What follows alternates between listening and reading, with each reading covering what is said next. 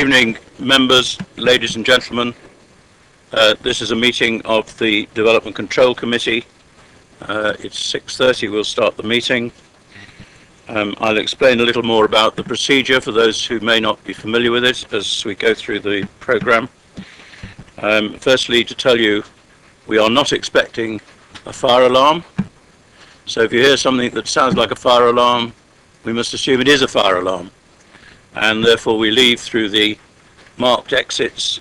And if you have been signed into the building, please don't rush away. Please wait in the corner of the Memorial Park while we do a check head count, just to make sure nobody has been left in here. We haven't had a fire during these meetings so far. I'm hoping to keep that record going. But if there is an alarm, it is a fire. Secondly, and I'll come back to this later, but the final item on the agenda, which won't concern most people, is a matter which involves the potential disclosure of exempt information. The meeting will be closed to the public, but that will be after all the applications have been heard, and I'll get back to explaining that and announcing it when we get to it. Also, the meeting will be webcast. If you're sitting towards the rear of the stalls, you will not be caught by the webcast. But if you're in the front, the webcast does pick up the speakers. So if you don't want to be on the webcast, you don't want to be televised in any way, sit a little bit further back or hide behind somebody. To receive apologies for absence. Are there any apologies? David? If they haven't been sent in, from Councillor David Eyre, please. Right, thank you. I think you should have had it, but Councillor Chris Tomlin, and that's why I'm here. And you're a substitute for I am. him. Okay, any other? Yes, Graham? Substituting for the record, Councillor Leeks. Right, nothing else? Well, that included resignations and replacements, so we won't slavishly say all that again. There are no urgent items or announcements. I have the minutes of the meeting of the 12th of June, because we didn't complete those at the last meeting. Has anyone got any questions or comments on the minutes of the 12th of June? In which case I shall borrow the ceremonial pen. I've got to go through and initial them, but I'll do that later. I haven't done declaration of interest. We'll get to that in a second. I'll do that later. Okay. It's up to you to get me to do it. And the 19th of June. Agreed? Thank you very much. I missed out declarations of interest. Are there any declarations of interest? Yeah. I have declaring an interest in item number 6, Braemar Drive. Thank you. Any other? Yes, Graham. Thank you, Chair. Just to be open, the application, can't remember which one it was now, but Tadley, I have eaten in the applicant's other premises frequently because it's pretty close to my house, but that's all. As long as you're not regularly receiving a substantial discount, we won't hold that against you. Unfortunately not. I will declare declare potential interest on item 2, in that the applicant is known to me, but I don't have any strong personal connection with the applicant, and I live in the ward of 2 of the applications, but have no involvement with either of the applicants. Councillor Bound? Likewise, Councillor Round, in terms of eating at the establishment. Just for the benefit of the members of the public, we've become extremely sensitive about declarations of interest recently because of a certain amount of flack on some non-declarations of interest. So members are being particularly scrupulous these days, as is quite right. I'm not sure, however, that the fact that I never eat in any restaurant owned or influenced by Marco Pierre White conforms a declaration of interest, if ever one of his things comes before us. Or announcements, we've had the minutes. There are no referrals from other committees or from the council, nor from the cabinet, and therefore we move on to applications for planning permission. And the process here, for the benefit of members of the public and other visitors, the process here is that when we announce an application, we take them in the order as on the race card. When we announce an application, one of the officers will present the officer's report and recommendations, and then we will invite public speakers to come forward in a particular order, and we'll get to that when we get to it. And then if you're speaking to the committee, you have 4 minutes.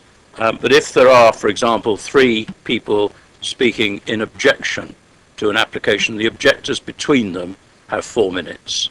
If there are several people speaking on behalf of the applicant or in support, they have 4 minutes between them.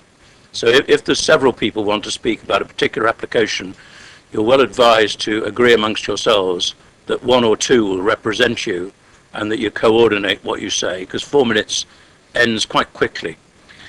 When you come forward, you will see a little series of lights. The green light will go on when you speak. The amber will tell you you've got a minute left, and I will usually remind you of that. And the red light says stop.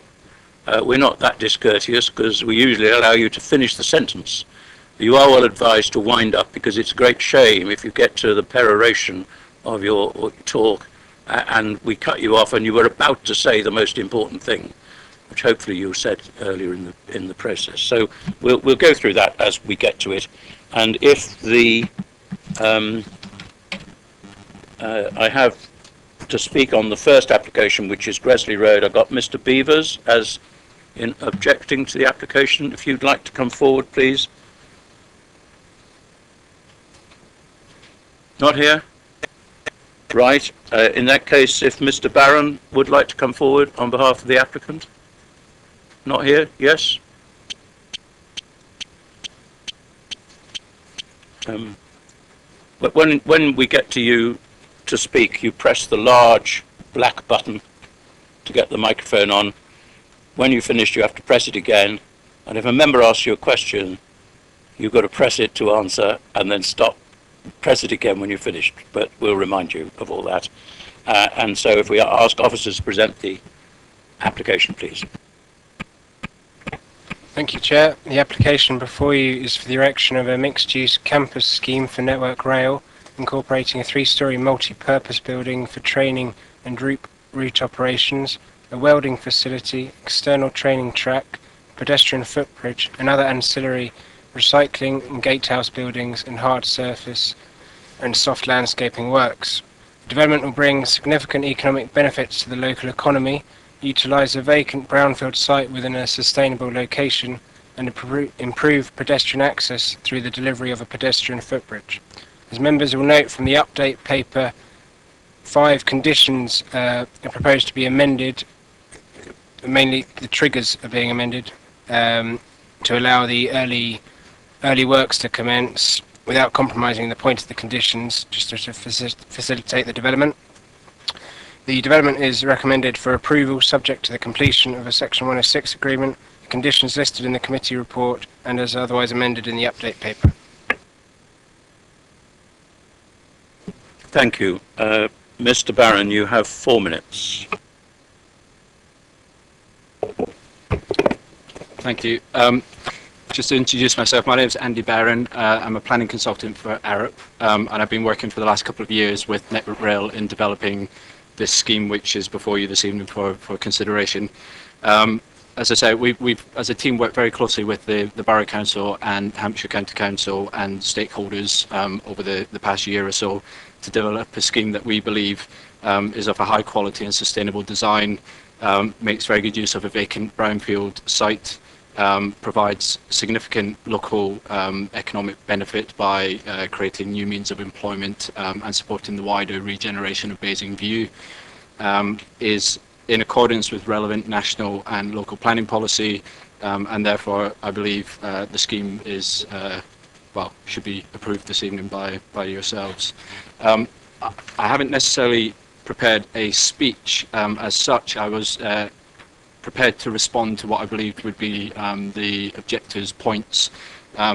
And as he's not here, I'll need to slightly predict what you may ask me. But I'm aware that there have been some concerns on sustainability matters. relating to BREEAM and materials and renewable energy. Just to touch on those briefly, a sustainability statement was submitted with the application in accordance with the Council's planning policy.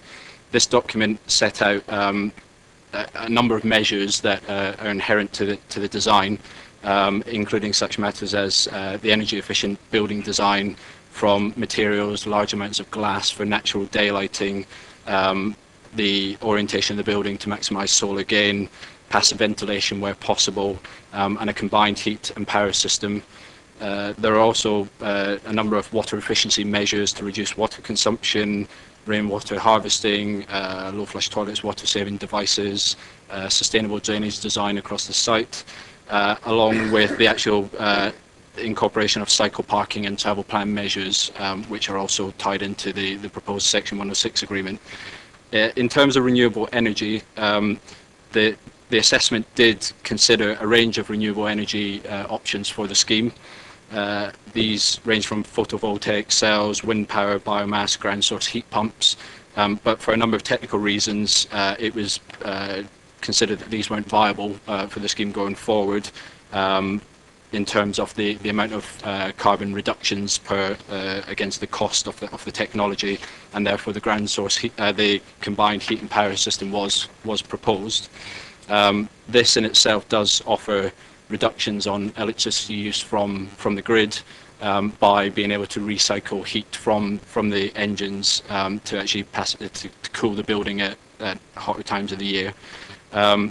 Finally, just to touch on the BREEAM, again, I'm aware that the objector had raised questions about whether BREEAM Excellent could be achieved. We designed the building to achieve BREEAM Very Good in accordance with Basingstoke Council policy. There was an aspiration to achieve Excellent, but the bespoke nature of the scheme with the railway operational equipment, the life safety systems which require significant amounts of cooling to the building, meant that we were not actually able to achieve Excellent, although Very Good will be achieved, and there are planning conditions to ensure that we do achieve that through construction and operation. So to summarise, as I said at the start, we believe the scheme presented to you this evening meets the Council's requirements for this site in accordance with policy, and I therefore am happy to take any questions that you might have. Thank you. Thank you. It's very good timing. If you just press your button and then we'll see if members do have any questions. George? Thank you, Chair. Good evening, Mr. Barron. I'd like to ask one or two questions about your travel plan.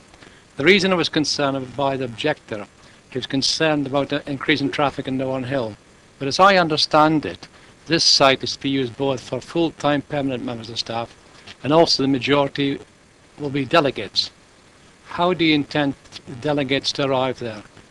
Will it be by car, or will you have, as you work for Railtrack, rail vouchers to ease the conditions and ease the amount of traffic up there?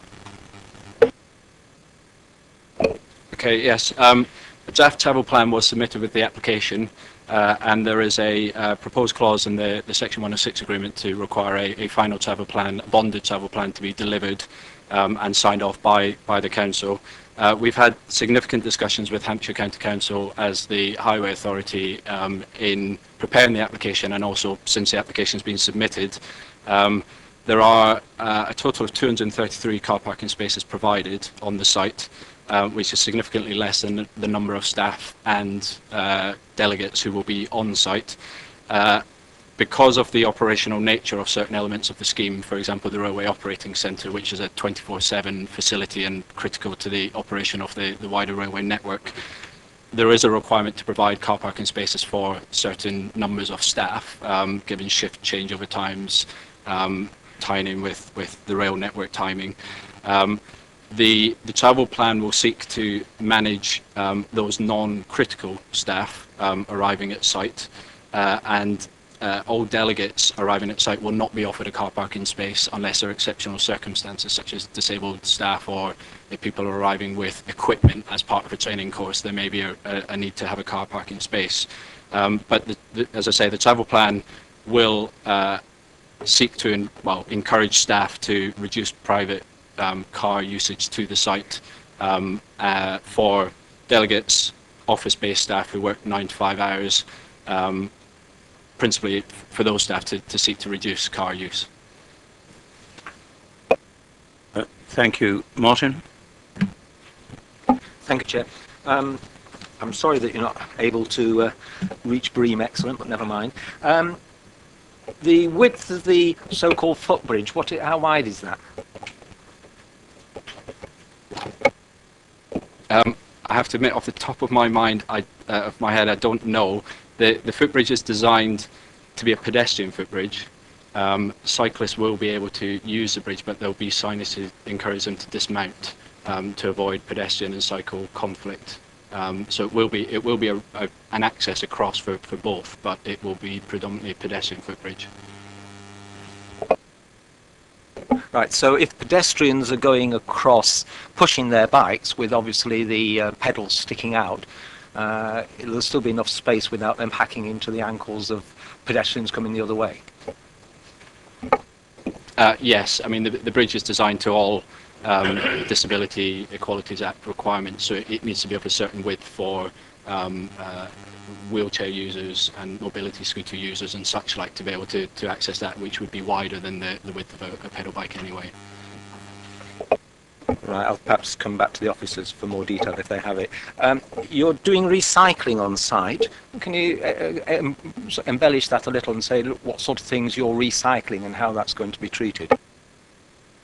Yes, there's a standalone recycling building on the site, which will deal with the vast majority of waste on the scheme will go through that facility. So everything from your standard office-based waste of paper and bottles and the catering waste as well, which will be stored in that recycling facility and then transported off-site for off-site processing. There will be no waste processed on the site. It's a storage facility. There will also be some materials from the training facility side of the scheme. So offcuts of metal or welding materials which aren't your standard waste. So they will be stored separately and taken off site as well for processing. There will be a waste management plan implemented across the site to encourage staff to reduce waste and to recycle waste on the site as much as possible. Oops, that's good. Appearance, just the right slide up there. I was a little disappointed when I looked through the papers and went on the website that that's all mono.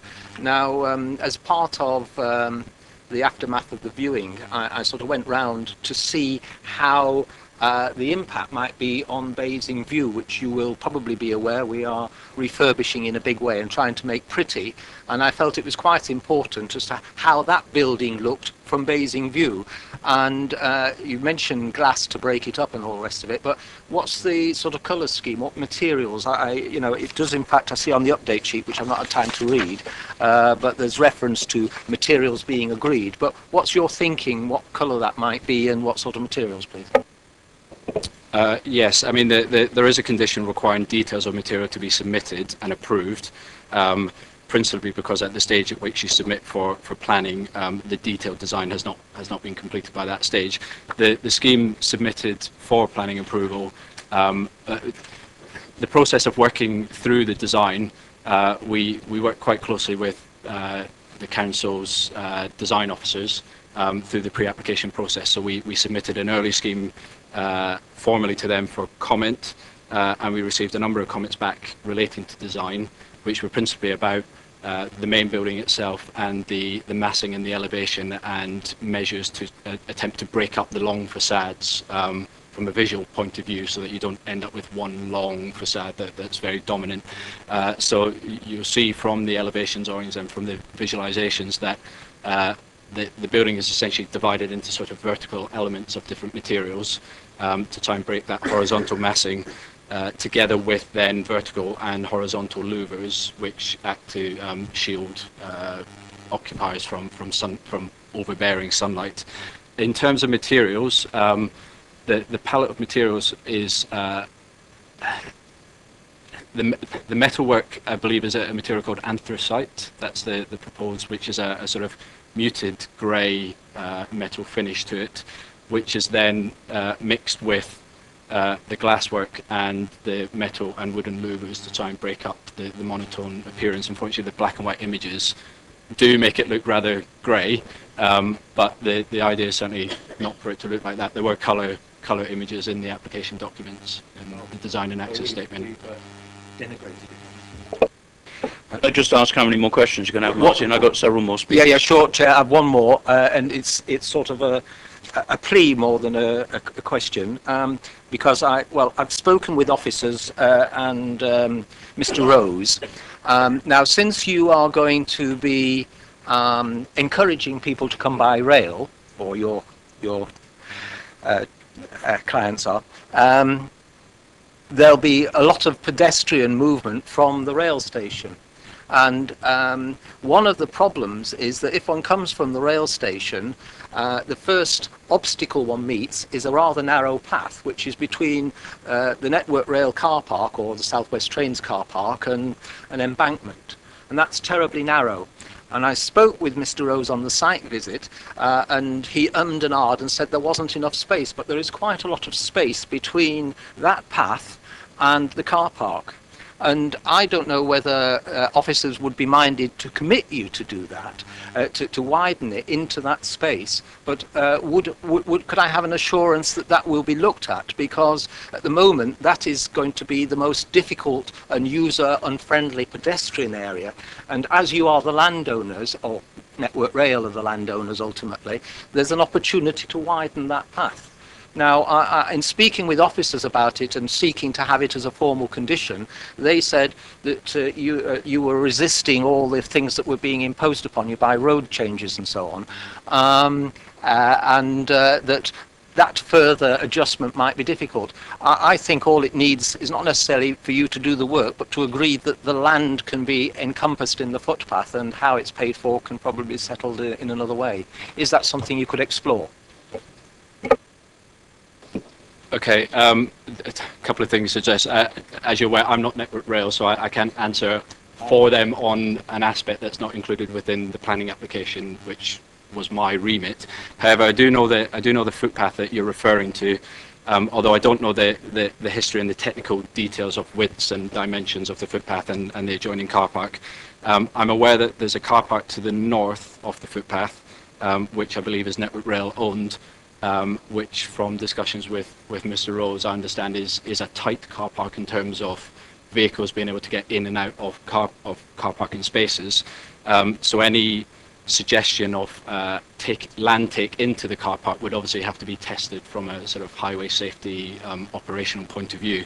Can I just say, Martin, I think the thing is the gentleman speaker here can't answer for Network Rail.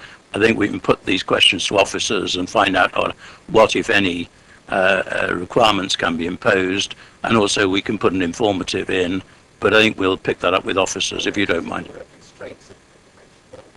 Well, he can't be expected to know the answer, can he? Sorry, can I just pick up on the item you raised on resisting sort of highways improvements and such like? I'd slightly disagree with that. I think Network Rail have been quite open to discussion with Basingstoke and Hampshire on the off-site improvements, which are mentioned in the officer's report, and are to be contained within the Section 106 agreement, in ensuring that the surrounding highway network works in terms of the cars and users of the site. We can get a view on that from officers, so I know that we need to go further down. If you stay there for a moment, we have a few more speakers. I have Councillor Goddardson, Councillor Tucker and Councillor Miller. Will there be any other speakers? Okay. Thank you, Chair. Evening, Mr. Barron. You did touch on it briefly, but it does seem to me, and perhaps you might comment on it, that a very excellent opportunity to harvest your own electricity with solar panels, underground heating, etc., has been missed here. Was that considered, and if not, or if so, why was it rejected? Yeah, I referred to the sustainability statement that was submitted with the application. In that document, a range of renewable and low carbon technology was considered and assessed, and there's an explanation for various technologies as to why they were not included in the scheme. in terms of photovoltaic cells, the assessment was essentially that the volume of renewable energy against the cost of installation and maintenance made that technology not viable for the scheme, for the margins of this scheme. So that technology was considered not appropriate.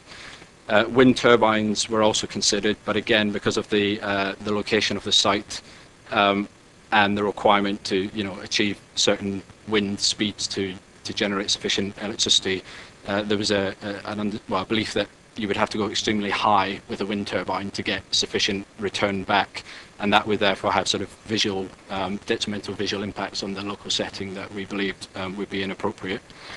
Biomass boilers were also considered.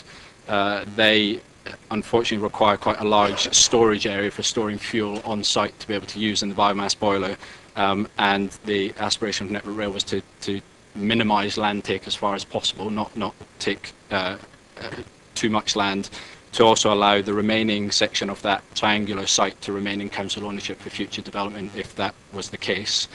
And on the ground source heat pumps, the key issues were there's an aquifer underneath the site, so doing anything under the ground becomes quite technically difficult, which fed into the foundation and building design to seek to minimise underground works. The chalk geology, I also understand, is not particularly great for doing ground source heat pumps, and the sustainable urban drainage design of the scheme, which has some shallow below ground water attenuation tanks, would also have been impacted if we went down the ground source heat pump route. So the combined heat and power option was selected from those options. Councillor Goddison, that you? Councillor Tucker? Thank you. You have actually answered quite a number of my questions already, so thank you for that. The just one remaining one, I'd like to know a little bit more about the bridge. In particularly the side. I mean, what does it look like? Because our pictures aren't particularly brilliant on our papers. And how high are they? I mean, I'm thinking of, we do have unfortunate people who have a habit of climbing over things. Okay, the footbridge, again, unfortunately, in front of me, I don't have the actual dimensions, but I can describe the footbridge to you. Railway safety is obviously critical to Network Rail's operation, so any risk of people or objects landing on the line from the footbridge had to be eliminated straight away. So the bridge is essentially a enclosed facility, although it won't be solid walls. It'll be perforated or designed so that natural light gets into it. The footbridge at either end lands on the north side is level access to the site, and on the southern side, because of a height difference between the north side of the railway and the south side, there's a graded ramp that provides your DDA compliant access, which will tie into the public right-of-way along the north side of Basing View. The bridge will be lit be lit in hours of darkness, and as a means of trying to avoid antisocial behaviour. And while the bridge will be upkept by Network Rail, but will be a publicly usable facility, not solely in connection to the Basingstoke campus scheme, but to enable pedestrian connections between Basing View and to Gresley Road, and, as I say, should any other scheme come forward on that remaining section of the triangle. Councillor Miller? Thank you, Chair. Likewise, you've answered some of my questions already. Car use. How many people are working there, or what is the size of the shift 24/7?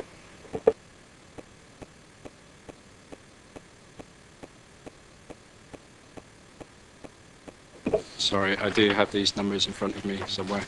I believe there are 581 employees on site, and they are split across essentially three functions, one being the railway operating centre, the core facility within the main building, which is a 24/7 facility and will operate on 3 shift patterns. The next element is the route office, which also sits within the main building and operates as an office function, so a 9 to 5 facility. And then there will be some permanent staff associated with the Workforce Development Centre, which is the Network Rail and Railway training facility. So there'll be a smaller core team of permanent staff on the site, again, principally working 9 to 5 hours. In terms of trainees, delegates, the application has assessed on the basis of, I think, 212 trainees, a maximum of 212 trainees using the facility. That will obviously vary depending on programs of courses and whether there are, one-day course, half-day course, week-long courses. So it won't be 212 delegates every day, but it could be up to 212 delegates on site. You still haven't answered my question. How many are going to be there 24/7? What's the size of each shift? Fine. Sorry, I didn't deliberately not answer. The only facility on site that's 24/7 is the Railway Operating Centre, which has 120 employees over 3 shifts. So there'll be 40 staff per shift on a 24-hour basis. Fine. Then you need 80 car spaces, because you've got shift change. I've worked in an environment 24 hours with an awful lot more people than that, and they blew the car parking because they got to allow enough car parking for the double shift changeover, and it ended up with people parking in the streets of London. Now that's okay. That's my comment: is that you always double up the parking for shift workers, and that's missed many times on these developments. The other thing is it planned that the site access is going to be manned? Is it going to be a gate access 24 hours a day? If I can respond on the first point, the transport assessment that was submitted with the application does consider the shift changeover. That is the peak demand on car parking spaces, and that has been accounted for in the car parking spaces proposed. So I hear your point, but it has been included in the transport assessment. In terms of site security, you may be aware from the image on the board now shows that there's a site access from the point on Gresley Road through what will remain council-owned land until you get to a point beside the pedestrian footbridge, which becomes a core Network Rail site. That point where it becomes a Network Rail site will have 24/7 security to protect the important infrastructure of Network Rail. The gate to Gresley Road will not be secured, principally because of the risk of backing up onto the public highway if vehicles were stopped at that point. The design of that area that's not to be used permanently by Network Rail does include some earth bunds which will be seeded and planted to soften their appearance to stop unauthorised use of that remaining land until such time as a scheme was to come forward, so to avoid people setting up camp or illegally using that land. I asked the first question deliberately. Now you give me that answer, I'm going to go back to what my concern is. If you have an open access, essentially to your car park, is what you said, yes? No, the car parking is all within the fenced Network Rail site, which is beyond the site security fence line. The only bit that is not secured is the access road from Gresley Road entrance to that site security boundary. So all of the car parking is secured. Fine, because there's another issue that's come up. If you look around the various industrial facilities in Basingstoke, that if people can't get in to a car parking space, they'll start to park on the road. Now, I don't know if this was in the transport assessment, but did Hampshire Highways, with the roads, Gresley Road especially, people will naturally park on that road to get near to their work. And that needs to be completely a no parking area, double yellow lines or something. Otherwise, we're going to be questions to officers. Pardon? Take that in questions to officers. Questions to officers, fine. I'm just asking the applicant, have they taken that into consideration? Yes, we have, in discussions with Hampshire on negotiations on the Section 106 agreement, and actually with Basingstoke's highways officers as well. There is a proposed clause within the Section 106 to put double yellow lines along the length of Gresley Road to avoid such a situation. Mike? Councillor Godson asked my question, Chair. Any other questions? Thank you so very much. If you'd like to withdraw, we will now have questions from the members to the officers, starting with Mike. You finished last. I'd like to go back to this question of sustainability that Councillor Goddison raised earlier with the applicants. I mean, did the officers question the assumptions made by Network Rail re the photovoltaic cells? Because it seems to me that a huge opportunity is being missed here. It's a huge area of flat roof, which is going to sit there doing nothing. I mean, why have we allowed them to get away with it? Can I just, before officers respond to that, under our present local plan and national policy, I don't think we can impose a requirement of that nature. I think what would be useful, and officers will answer your questions, obviously, what I had in mind would be useful would be to us to look at that assessment and look at, for ourselves, because it's very interesting that a scheme of this scale believes it can't justify that, and therefore that throws into question some of the things that we're building into our local plan, and it does need to be fully understood. So whatever question officers may give to this one, I think there's a broader issue that's arisen here about future applications. I mean, with every applicant, we obviously try to aspire to achieve more. Our policy requirement does require a standard for this size of scheme to meet BREEAM very good. There's different ways of achieving that. The applicant has come up with their own way of achieving that through some of the technology that the applicant's agent was just referring to, so grey water recycling, a CHP plant, and so on. We can't require the applicant to provide any more than they're doing. They're meeting BREEAM very good in their own way of meeting that criteria. But my question was really, did you follow up on this, on their reasoning for the lack of photovoltaic?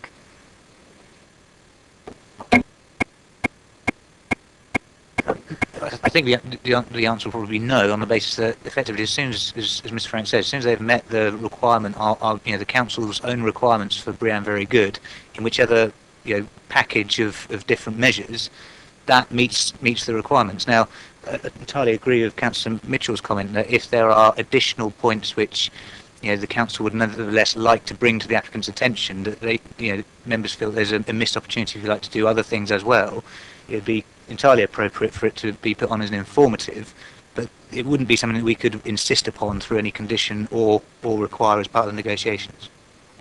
The other comment that I was attempting to make on the general line of questioning there is that this is exactly the sort of set of things that we could have asked the applicant had we had a pre-application engagement meeting. Unfortunately, the pre-application on this happened before we introduced that scheme. But I just always like to remind members we've only had one such meeting so far with an applicant, and it was extremely useful. And quite a lot of changes were made to the applicant's plans, which haven't yet come to this committee as a result of that engagement. So I do urge members to keep an eye open for new pre-engagement applications that are put into the council and use that opportunity. It doesn't have to be in your ward. You see something coming you think should be looked at closely, not one house obviously, but anything of a significant nature, you can ask for a pre-application engagement. Please do use the facility. I have Councillor Bierman. Thank you, Chair.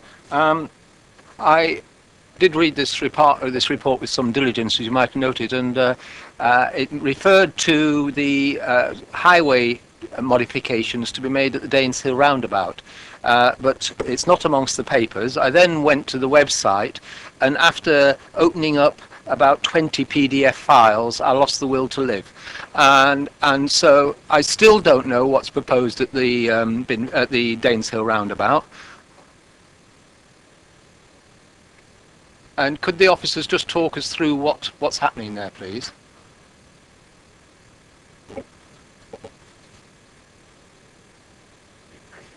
Oh, I'm so sorry. No, sorry. Councillors, the proposal is to increase the capacity of the roundabout and also to control the circulation. So it's widening the approaches, introducing a spiral arrangement, as you're probably familiar with other roundabouts, and the markings around the roundabout itself, and to help with the capacity.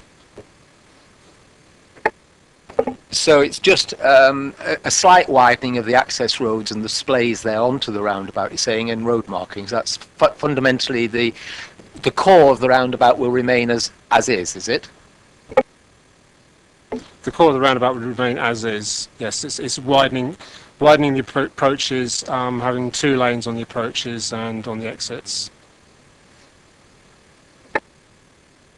And bearing in mind on the introductory sheets, page 3, that government guidance is for promoting sustainable transport, perhaps I should declare an interest, I don't know. There are other cyclists, I think. If I approach that as a cyclist, how do I survive?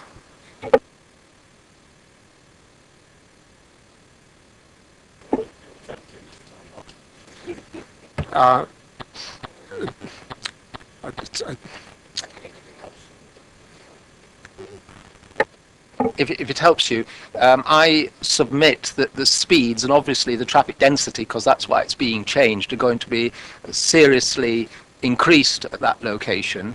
And if one's trying to get, say, from Wade Road down to Gresley Road, one's got quite a hazardous cycle manoeuvre, and I'm wondering whether any thought at all has been given to the needs of cyclists, and for that matter, pedestrians. I think the speeds that vehicles travel around the roundabout depend on the amount of traffic at the time that occurs. The design has been checked by the county council and accepted by them, and I'm sure they've taken into account by cyclists and pedestrians. Chair, I don't accept that, but I'll come back to that when we have a debate, perhaps. Can I ask whether there's any thought being given to the traffic lights that are proposed on the link road from the ring road being peak hour only?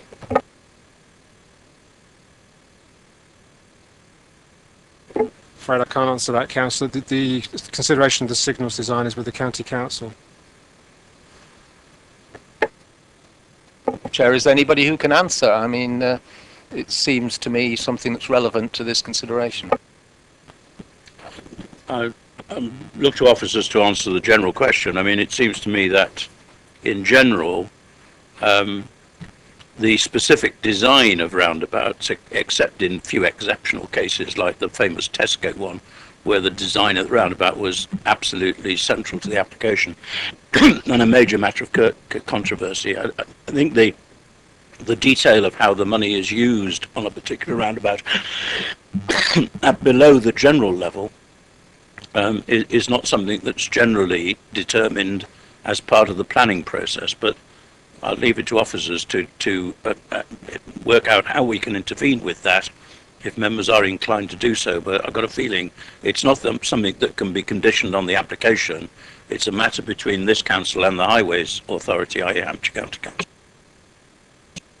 I would hope that if we're saying that traffic lights are appropriate, part of that appropriateness would be appropriate at peak times hour only. That would be my contention.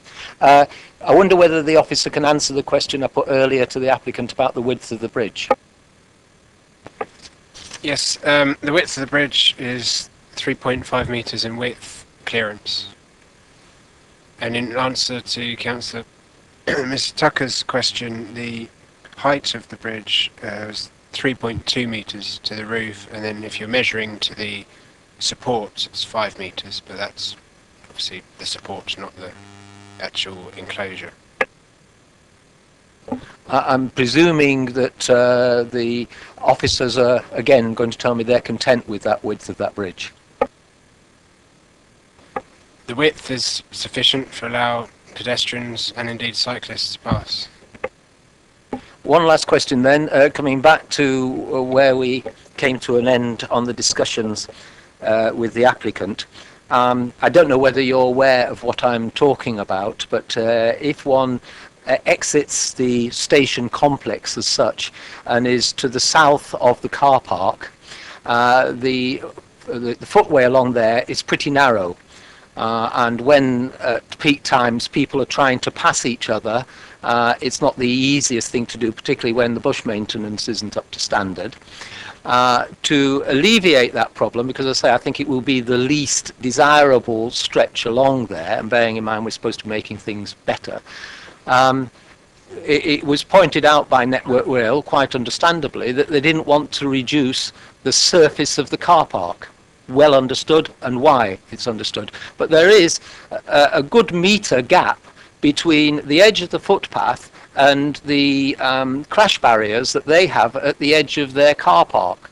So I submit that there's an opportunity to widen that footpath and to make it both possible for cyclists and pedestrians to pass each other without the cyclists hacking into the ankles of the pedestrians, as now sometimes happens because it's just too narrow. Can we get them to answer that question, because you used the same words twice and I think they understand the question. I know that, sorry, I know the footpath in question is to the rear of the Poison Inn public house. I appreciate there may well be an opportunity to improve that link from Basingview to the station in general, but it's not an improvement that's been identified as being necessary by Hampshire County Council Highways to offset the impact of the development. As you know, any off-site highway works, or indeed contributions towards works, need to be justified against the SIL regulations in terms of their necessity and being directly related to the development. That's one which isn't. It would be an improvement and a nice to have, but it's not essential as part of this application. Well, I suspect members might differ with that perspective, but we'll come back to that in discussion, I suggest. You've finished, Martin? Anybody else got questions for officers? No? Open it to discussion, or move motions, or whatever. Thank you, Chair. First of all, can I thank the members for viewing the site last Friday. As you can see, it's a fairly large site. And to the south of the site is the main London South Railway line. To the north of the site is Gressley Road, the ring road, and beyond Gressley Road is the main train service between Basingstoke and Reading. So it's completely isolated from the nearby houses. There is a bridge planned to connect the site to Basingview, which would fall in with our improvements for Basingview. Strategically, it also fits in with other plans which is pending. I personally thought it was an ideal opportunity because it's given us, for the first time in many years in Norden, the opportunity to put a vacant brownfield site back into employment land. And I think that listening to the debate tonight and listening to what's been said by some of our residents is that one of the key issues is our transport and our travel plan. And I'm pleased tonight that there has been one or two movements in that area, because it's crucial that we can get as much traffic going off the site towards the Daneshill roundabout than coming into the Nornhill Bridge, and that's a concern we have. So that hopefully that will be okay, and I'm prepared to move the application. Thank you. Anyone like to second that? Doesn't stop discussion. Councillor Tucker seconded it. Thank you. Any more speakers? Martin? Sorry, I've had a go, but I feel I need to speak on this. I think, just taking up the points that were made earlier, I didn't put the point myself because it wasn't a question, but I have to express considerable disappointment that land that is in our ownership hasn't been used to exploit environmental opportunities greater. It's entirely our fault because it's not in our local plan, firstly, that we have excellent bream, which it should be, and anyway, it should be in our land disposal policy that we won't dispose of land for building of any types without it being to the highest environmental standards. The Climate Change Panel put that forward as a concept. Sadly, it hasn't yet been taken up. Whether it will finish up in our Sorry, can we keep to this application? Well, yes, it's because just... we've got a lot of people here waiting to hear other applications, Okay. and this is not a forum for discussing potential policies. Well, that's why it's not there, that's all I'm saying. I think also that we're not taking the opportunities we could to improve the opportunities for pedestrians and cyclists. In particular, I'm disappointed that though it was discussed with Hampshire, and we hear that Hampshire's saying, well, it's not necessary. Well, of course, none of these are not essential. None of these things are essential in the main, but they are all things that are desirable. And not to have the footpath down from the Danes Hill roundabout when it was under discussion and on offer, I think is very sad. And I think officers should review that idea, because if we're trying to encourage people to move to walking to places, we should be providing that. I'm disappointed that there isn't more information on the Danes Hill roundabout. It doesn't look as though we're going to get that, and so I suspect it'll be another thing that's sidelined. I remind colleagues that in London now 25% of commuters are travelling by bike. Are we ever going to achieve this if we don't do some of these things? And can I ask therefore officers to consider this question of the narrow path? It would cost Network Rail nothing to give up a bit of unused dead land to make that wider, and whilst one couldn't say the whole scheme will fall apart if people no longer have to squeeze by each other, I think that the widening of that path makes the foot route from the station much more desirable compared with what it is now. And I would like a good reason as to why that particular improvement couldn't be negotiated. Thank you, Graham. Thank you, Was there Chair. anyone else before? Thank you, Chair. I mean, I support what Councillor Hood has said. It's ideal great to bring this, back into employment use. It's clear that officers have worked pretty hard in negotiating from a sort of pick list, whether it be environmental issues or improvements in terms of cycleways, etc. The scheme includes spaces for 82-wheeled bicycles, motorbikes. Like most of it, we overbuild for bicycles. It won't be full. I bet we don't see the 60 pedal cycles filling the spaces, but we aspire to, at least. That's good. So I'm very, very pleased to support this positive move, which gives us lots of employment opportunities. Any more speakers before? No, sorry, David. Yes.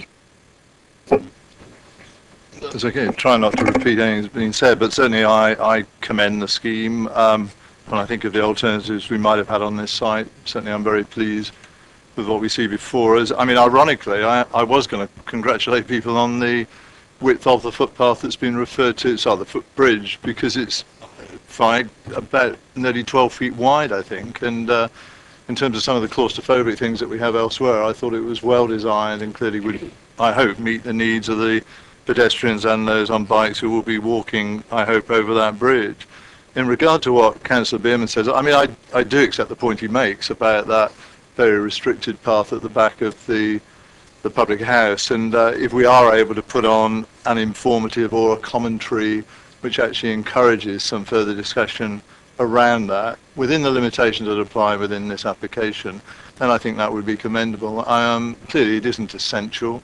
I mean, these are subjective words, of course, but anything we can do to encourage a fresh look at that would be very good, I think. But that apart, I mean, I fully support the application. Yes, it occurs to me that it seems pretty clear that given that the applicant expects a high proportion of the travel to be by rail, that it will increase the footfall on that path quite substantially. And it may be late in the day to be trying to change the line being taken as to transport mitigation, if indeed it's within the gift of the Highways Authority, because it's not their land and they may have limited powers to do anything. However, it might be that members might be minded to recommend, parallel to approving the application, that the council take up with Network Rail the need to improve that footpath and negotiate improvement with Network Rail, as assuming they're the landowner. So it's not beyond the council to do something about that, and we have relevant skills and expertise, and if members agree, I suggest we make that a recommendation from this committee, which is not within the application. It could be done it could be added as an informative that we'd like to see it, so they're aware of it directly. But it's something we might take up separately. Do members support that possible line of attack? The other thing is perhaps we might recommend again as a committee that whoever is responsible for the technical aspects of this aspect of the local plan looks carefully at the assessment that this applicant has made of the various ways of generating heat and power and so forth, and the reasons for rejection of the methods that Councillor Bierman was looking for, which I'm sure we would all like to see more of around here.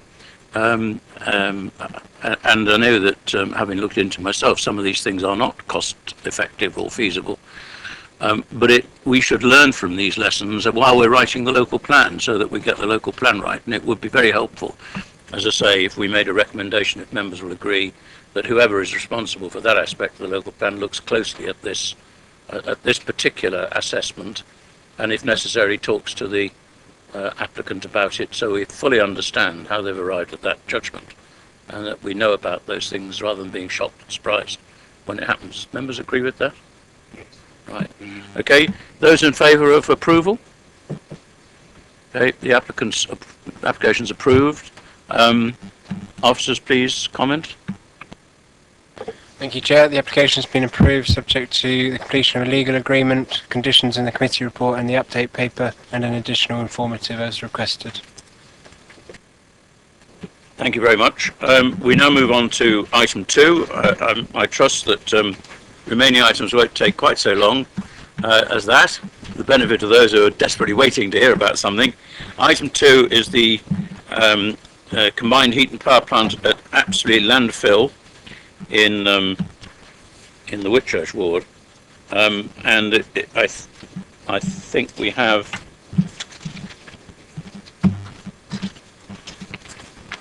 Mr. Partridge.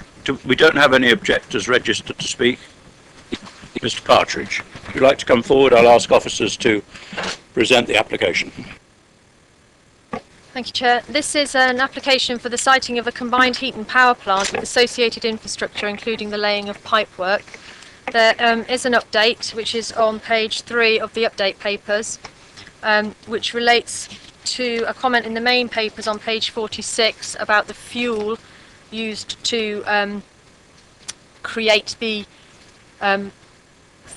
fuel for the combined heat and power station. The applicant provided additional information which we sent to the county. The county have reviewed those calculations and they're broadly aligned with the applicant's statements, and so therefore no objection was raised by the county, and as a result of that an additional condition is recommended, which is on page 4 of the update papers, which links this planning application for a combined heat and power station to the anaerobic digestion unit that's already built and operational at Falconer's Down Farm. Thank you. You have 4 minutes, sir. Thank you, Chairman. The proposal is for a combined heat and power generator, as you've heard. It's fed by gas from the biodigester at Falconer's Down Farm and would generate electricity and would ultimately provide piped hot water to Apsley cottages and Apsley farm barns. It will have electrical output of 1,250 people and would produce 620 kilowatts of heating power, which would serve up to the equivalent of about 20 properties. Location-wise, it needs to be close to an electricity supply. The electricity line at Falconer's Down Farm is now working at full capacity, and hence part of the reason for locating it on the landfill site where there is a different line to carry the electricity. But it also needs to be close to the properties it serves, and Falconer's Down Farm would be too far away and there would be too much heat loss as a result. The site itself has benefits. It has all the utilities nearby. It is well screened. It's on part of a landfill site close to an existing generator related to that landfill site. Having regard to the modest scale of the development, it would be barely visible and would not impact on the A and B, which lies on the other side of the road with screening in between. And bearing in mind that the A and B management plan anyway promotes renewable energy, there is an acceptance that such schemes are appropriate even in the AONB, which this is not. The landscape officer has also confirmed that it would not be detrimental to the landscape, and this can also be verified by looking at the existing generator, which you would have seen on the viewing panel, which itself is barely noticeable. The container itself will be acoustically treated and is identical to the one at Faulkner's Down Farm, which is 90 metres from the farmhouses and is not audible.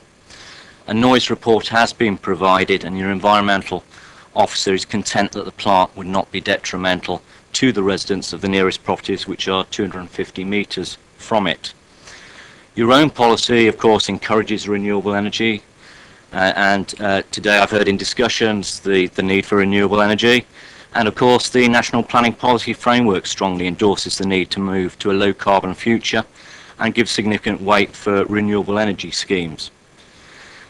Only last week, the government also produced on Friday the National Adaptation Programme for making the country resilient to a changing climate, which is designed to increase awareness of the need to adapt to climate change. This scheme will contribute to carbon reduction and mitigate changes to the environment caused by global warming. The scheme will also contribute to the nation's growing and increasingly unmet energy needs. Indeed, only 2 weeks ago, Ofgem warned that there would be a growing risk of power cuts within 18 months. This scheme will make its own modest contribution to offsetting that risk. I would therefore urge you to support the proposal. Thank you. Thank you, and thank you for being brief. Any questions to the applicant's representative? Councillor Tucker? Sorry, this is where I'm going to prove myself very ignorant. I wonder if you can help.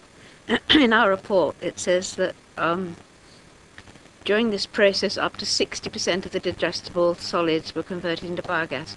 I wonder what happened to the 40%.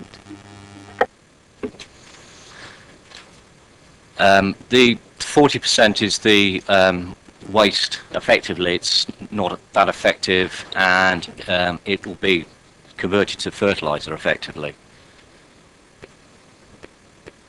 I believe. Thank you for that. And the other thing I didn't fully understand as to who actually owns the buildings where this electricity is likely to go, because it says in our report, connected to nearby dwellings and buildings, once the infrastructure has been installed, an agreement has been reached with the landowners concerned. And then on another bit, it said it was going to dwellings, buildings within the ownership of the farm estate and in the vicinity of the application. So I'm just a bit confused. I think that should have read tenants. So we've got to get agreement with the tenants. The other thing is, well, Apsley Farm Barns are part of a listed building. We've got to make sure that that's right, so that when we pipe in the hot water supply, don't damage the listed building. So that's going to be looked at in a bit more detail. Okay, thanks. Any other questions? Thank you, sir. That's you finished. Thank you very much. Any questions to the officers? Propose to move it from the chair. Thank you. Those in favour? Councillor Miller, Secretary. It's approved. Officers, please report. The application has been approved as on the update papers and the additional condition, as in the main papers and the additional condition on the update papers. Move on to item 3, Emmet or Emmet House, Tadley. I'm expecting to hear from one or more of Mr. Morgan, Mr. Bailey and Mrs. Bailey. So if whoever out of you wishes to speak, if you'd come forward. Take a seat. Are you the only one who's going to speak? That's very kind, thank you. And you are Mr. Morgan. If you just wait there a moment, we'll get the officers to present the report. Thank you, Chair. This is an application for the change of use of Emmet House, 28 Franklin Avenue. Change of use from A1 shop florist to a mixed-use Class A5 hot food takeaway with A1 retail, and also for the installation of an extractor fan to the rear elevation. Members will recall having visited the site as part of the viewing panel, and also within the update is some information with regard to revised plans which have been submitted by the applicant in respect of the bin storage, which has been moved into the rear compound area, As part of that, conditions have been proposed to effectively secure the provision of that prior to the use being uptaken by the applicant, and also to secure a suitably wide, 2-metre wide access to that area so that the bin can be moved in and out without being restricted by that entrance. As also part of that, another condition has been amended slightly just to take account of the amended plan. The application is before members with a recommendation for approval. Thank you. You have 4 minutes, sir. Tally residents and community have already objected in great numbers against this application, evident by the large number objecting online, in writing, or by signing numerous petitions collected. Excuse me. We all feel Tadley needs to diverse the business it attracts to the area. Any new potential business could be dissuaded to invest in the area due to the number of fast food outlets taking over. A previous application for the same change of use was refused in 2004 on this building. We refused to believe how this application can be considered, as no changes have been made to this site, and the factors in which it was refused still apply now. Firstly, parking, taking from the original refusal, I quote, "The proposed development would be likely to encourage parking of vehicles on the public highway, which would interrupt free flow and thereby add hazards to road users. As such, the proposal is contrary to T6 of the Hampshire Structure Plan. Since this, nothing has physically changed with the parking arrangements, apart from an increase in the population of the area, making these factors worse. The second point of the original refusal still applies now is the effects of adding a further hot food outlet to the Franklin Avenue shopping parade. Quoted from the original refusal, the proposed change of use would subsequently reduce the range of local facilities, thereby leading to additional trips from the local parade, contrary to local policies EC9 and EC10 of the revised deposit draft local plan review. Thirdly, the proposed extractor fan is right below the residents' above balcony, which is the position of all residents' front doors and windows. Backed up by the application diagram, the balcony will be exactly 3 metres from front doors and windows. In the previous application that was refused, the fan was funnelled up and smells would have been released above windows and doors. This application is now worse, and it is releasing odours and fumes below windows and doors. The previously refused plan stated that local planning authority considers that the proposed change of use would have a detrimental impact on the amenities of nearby residents' properties by reason of noise, odour, fumes and disturbance. The balcony will actually be a complete loss of amenity. This is the only outside space available to the residents above. To not be able to open doors or windows at will without nuisance will cause huge distress to all who live there. Not forgetting this application is for the fast food outlet to be open 7 days a week until late at night. Not even on a Sunday, a day of rest, is any let up. Other aspects such as rubbish, pollution, late night disturbance, noise and the factor of no customer toilet will unfortunately result in people finding nearby places. All result in an unpleasant attraction for locals and nearby residents who live in this area previously happy. This is a serious and life-changing moment for all concerned, and we feel greatly that the approval to this application will bring stress and worry and change. You have just under a minute. To the lives for many residents. The quality of life, which was again the reason for the original refusal, will be a huge factor, and due to this we do not see how this specific case should be granted on a building not suitable and not positioned suitably for the requested change of use. Tadley Council, residents and locals have previously rejected and objected again to extra possible food outlets on this site. We plead for some empathy and understanding of what the local people are saying. Thank you for your time, and we hope a reasonable and consistent decision in understanding this particular site is just not suitable for these changes. Thank you, sir. If you just press your big black button, we'll check to see if members have questions. Councillor Tucker. Yes, thank you, Mr. Morgan. Can you tell me, do you live in Emmet House?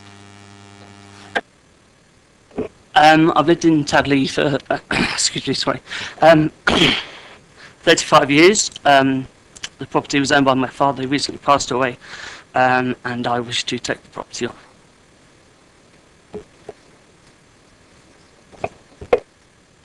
Sorry, I misheard that. You used to own this property.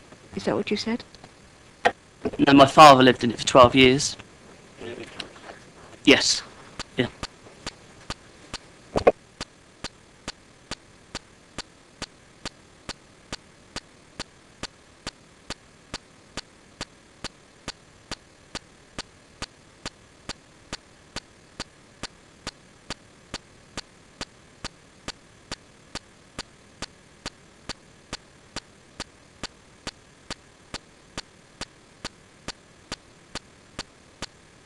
Thank you. Could I just ask one of the objections was the fact that previously I think it was withdrawn rather than refused application.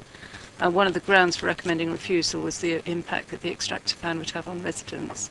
Could you just explain in what way this has now been mitigated so that it's now acceptable?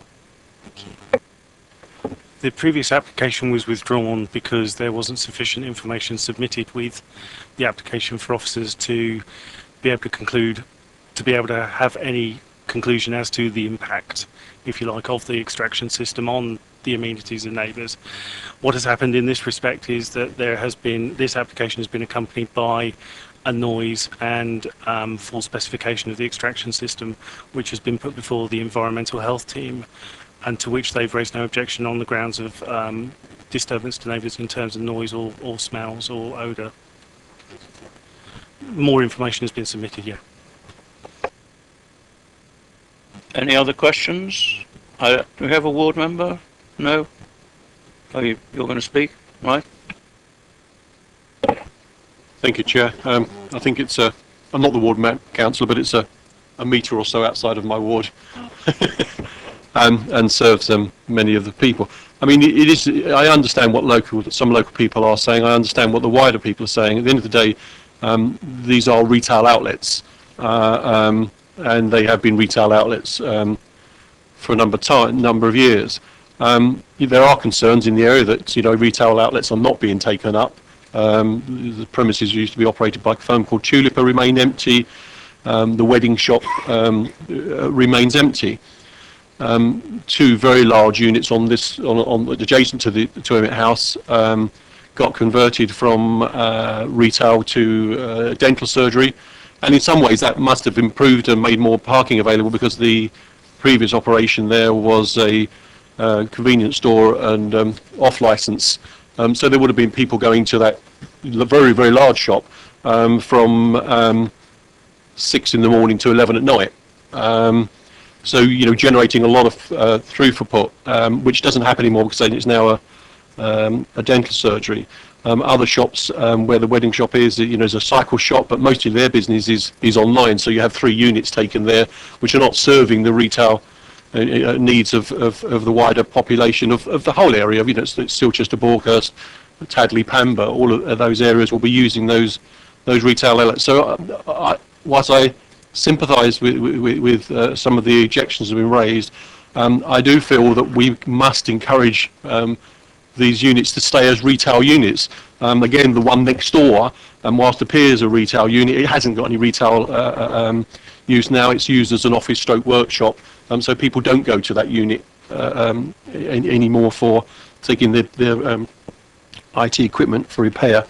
A number of years ago, the parking there was improved. The bays were turned around, so you could get much more parking along the front of all of the units. And we've got 31 parking bays in the front of all the shops. We've got 14 at the rear. And moving on, there's a block of garages at the rear as well, which helps with the parking.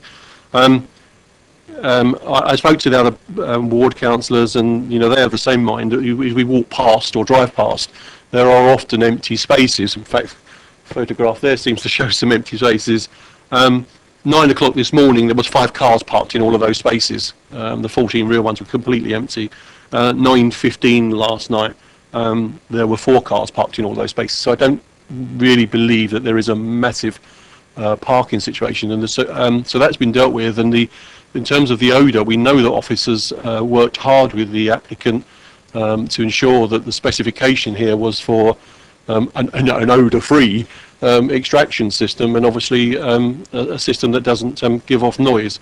And environmental can take issues with those should it not be maintained to those levels? So I'm interested to see what other members will say, but I have to say I'm minded to approve the application.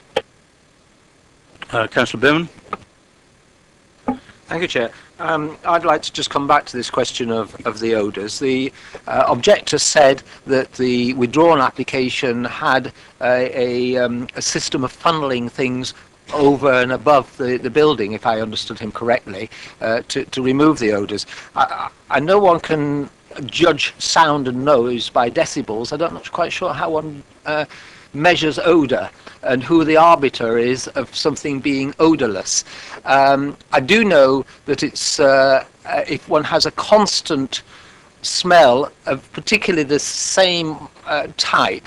I mean, if it's varying between one flavour and another, it might be more bearable, but I suspect that out of a fast food restaurant, the odour is going to remain the same.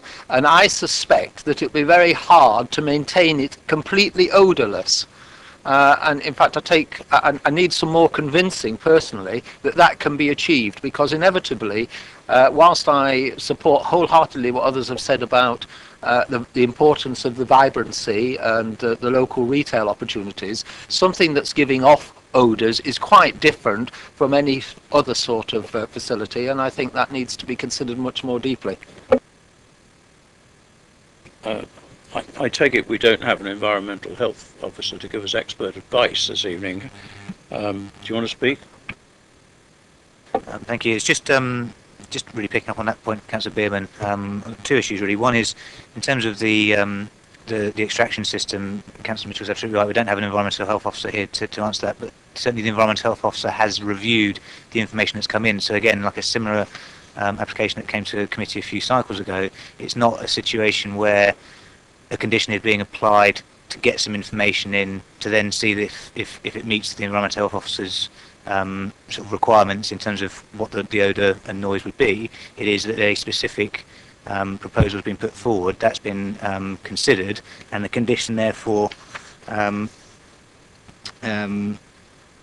requires it to be maintained in accordance with those details after the event. So effectively that part has been addressed. Just to come back on the issue around the withdrawn application and the refused application, there is reference on page 60 of the report, which sets out the previous refusal of a change of use for Unit 3, which is, I understand, in the same parade of shops, but then there was a withdrawn application on this unit much later in 2013, so that's where the discrepancy came. I think it's the 2004 one, which had the flue going up the side of the building, if you like.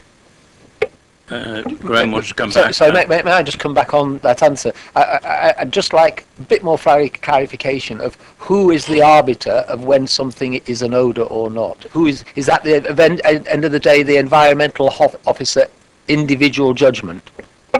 If you look at the report, there are DEFRA standards for this, and there is now specialist equipment which is not long-standing in the market.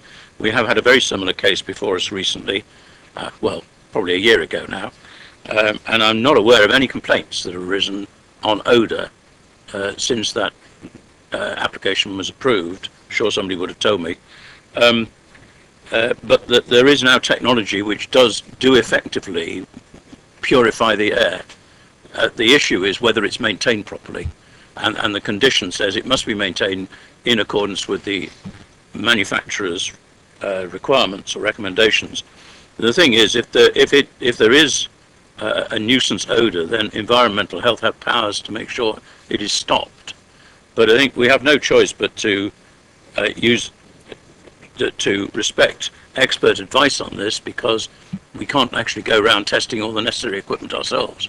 And the expert advice at national level through DEFRA is that this stuff works in the circumstances that are being applied here, and that's actually what's being supported by our own environmental health people. So, I mean, I think if you want more information, you'll have to read all the relevant technical and scientific literature, because I don't think anybody here can give it, and the environmental health officer probably can't give it. He's just following the manual, as it were. I had Graham coming back, and then David. Thank you, Chair. I think the officer Townsend and yourself have answered what I was going to say, and that is very much the case. I was aware of the application. I did monitor the application. I was aware that the officers were minded to refuse because there wasn't sufficient information about the extraction system, and what has now come forward is a proper application with all the specification of a very expensive and worthwhile extraction system. David? Again, hesitant to repeat other things. I mean, the point that Councillor Rand makes, I think, is well made. I mean, these are commercial units, and this sort of potential conflict between a commercial unit and people who live in residential accommodation occurs from time to time, but I think can be overcome. I mean, members may have other reasons for not wanting to approve this application, but in terms of the extractor system and all the rest, you make the point, Chair, I think you make it well, that from my analysis, I mean, I forget how long ago it was, but certainly the one that we approved in Crown Heights, and I think that's the one you're probably referring to, and I say it specifically, was exactly the same system and designed in exactly the same way to mitigate the problems that would have occurred for the residents that lived above. We were happy with that, and as you've said, sir, I mean, there are no complaints, I think, that have arisen from that. So on that basis, in terms of consistency, I think this one has to be approved, in my view, on that basis. And I certainly believe that in terms of the car parking problems that have been exampled, there is sufficient car parking there for the type of use that's being proposed. As I understand it, the operator is only going to operate from 5 p.m. in the evening through to 10:30, 11 o'clock, and that isn't where the greatest conflict of parking will occur. So I'd certainly support the application. Diane? Yes, just simply picking up on Councillor Potter's phrase that this has to be approved. I've looked through the planning policies in the MPPF, and I can't see a planning reason actually to refuse it. We've got a unit in a row of shops, and whilst one has to sympathise with people living over it, this is the downside of living over a row of shops. And we believe in free enterprise and free competition, and in the MPPF there's something to do with not taking business away from town centres, which I think was at the root of the Tesco's dismissal, but this doesn't apply here. So I think, as Councillor Potter says, we do have to approve this, and I would second or first it, whatever you propose it. No, you can. I will move approval. And somebody will... Thank you, Chair. I'm happy to second. Right. It's been moved and seconded for approval. Those in favour of approval? That's approved. Officers? Thank you, Chair. Just to confirm, that application is approved, subject to the conditions on the order paper and the amended conditions within the update. Thank you.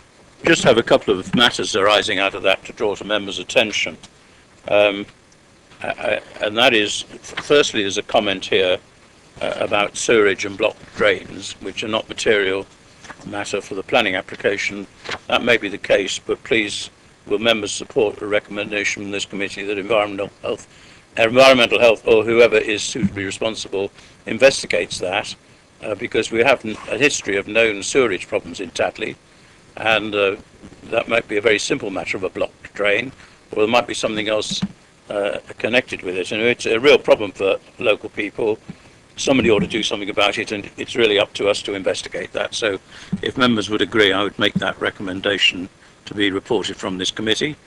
The other one is the question which occurred to me, because some of the issues raised by objectors were the traffic which were mitigated by the opening hours, and perhaps seek assurance from officers that if the applicant came back in saying, I'd like to extend this and open at lunchtime, either there would be good grounds for challenging that, or members might wish that it came back to this committee, because we've approved it on the grounds of, as somebody mentioned in discussion with David, I think, the opening hours being a key factor in the traffic mitigation. Officers like to comment on that? Thanks, Chair. In terms of the, if you like, the potential to vary the condition in future, clearly it would be an application that would be required. The reason for applying the condition on hours includes reference to the highways elements of it, so if the application did come in, the highways impact, if you like, would be part of the consideration. On the matter of whether it could be referred back to committee, obviously that would be at the discretion of the local board member to call it in. If the view of the committee was that it should automatically come, that could be done, but perhaps I suggest it could be a local board member request. You're right. Board members were shaking their heads at me anyway. Application number 4, White Hill, Etchinswell. That's in my ward. And we have Mr. Williams to speak on behalf of either objectors or the parish council. Not quite sure which. Mr. Williams, perhaps you let me know. When we get to it, we're not ready for you quite yet. And before you speak, we'll ask the officers to present the application. Thank you, Chair. This is an application, as you say, for 3 White Hill in Etchinswell. It's the application for an erection of a 3-bedroom dwelling. Members will remember having visited it at the viewing panel.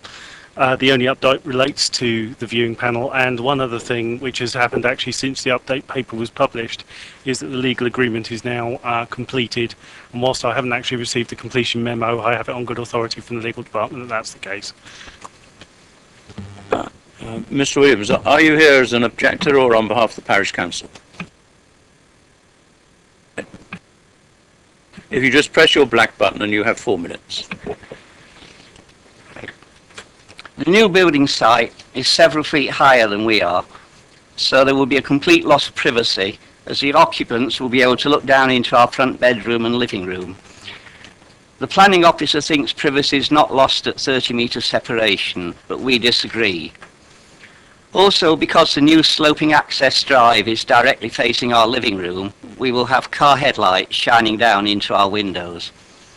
We're not overlooked by any neighbours at present because of existing trees and shrubs. In particular, a tree at 2 White Hill blocks any overlooking from numbers 1 and 2. There's an existing problem with rainwater running down White Hill and forming large pools of water in the road. Our garage has had flooding on 2 occasions. A new drain outside the old vicarage has only partly solved this problem. The adjoining public footpath is still a quagmire after any heavy rain. Requests by the occupants of the old vicarage for further improvements have been ignored to date. Up to now, the 20 large trees and the garden at 3 White Hill have absorbed much of the water, which otherwise might have run onto our site. The recent felling of all the large trees, a new house with hard standing for 3 cars, together with the concrete access drive, will result in rainwater being channeled down the drive and across the road, flooding our lower lying premises. We're not convinced the required measures to combat surface water runoff onto the highway, condition 4, will solve this problem. There's a water main very close to the surface and across the proposed access drive. In the past, this has fractured with spectacular results. The new drive would have to go over this pipe and then slope down to the road at a very steep angle, much greater than the 1 in 13 slope permitted, condition 11. This is why no drive access was provided for 2 White Hill, and why the existing drive at 1 White Hill slopes so steeply down to the road.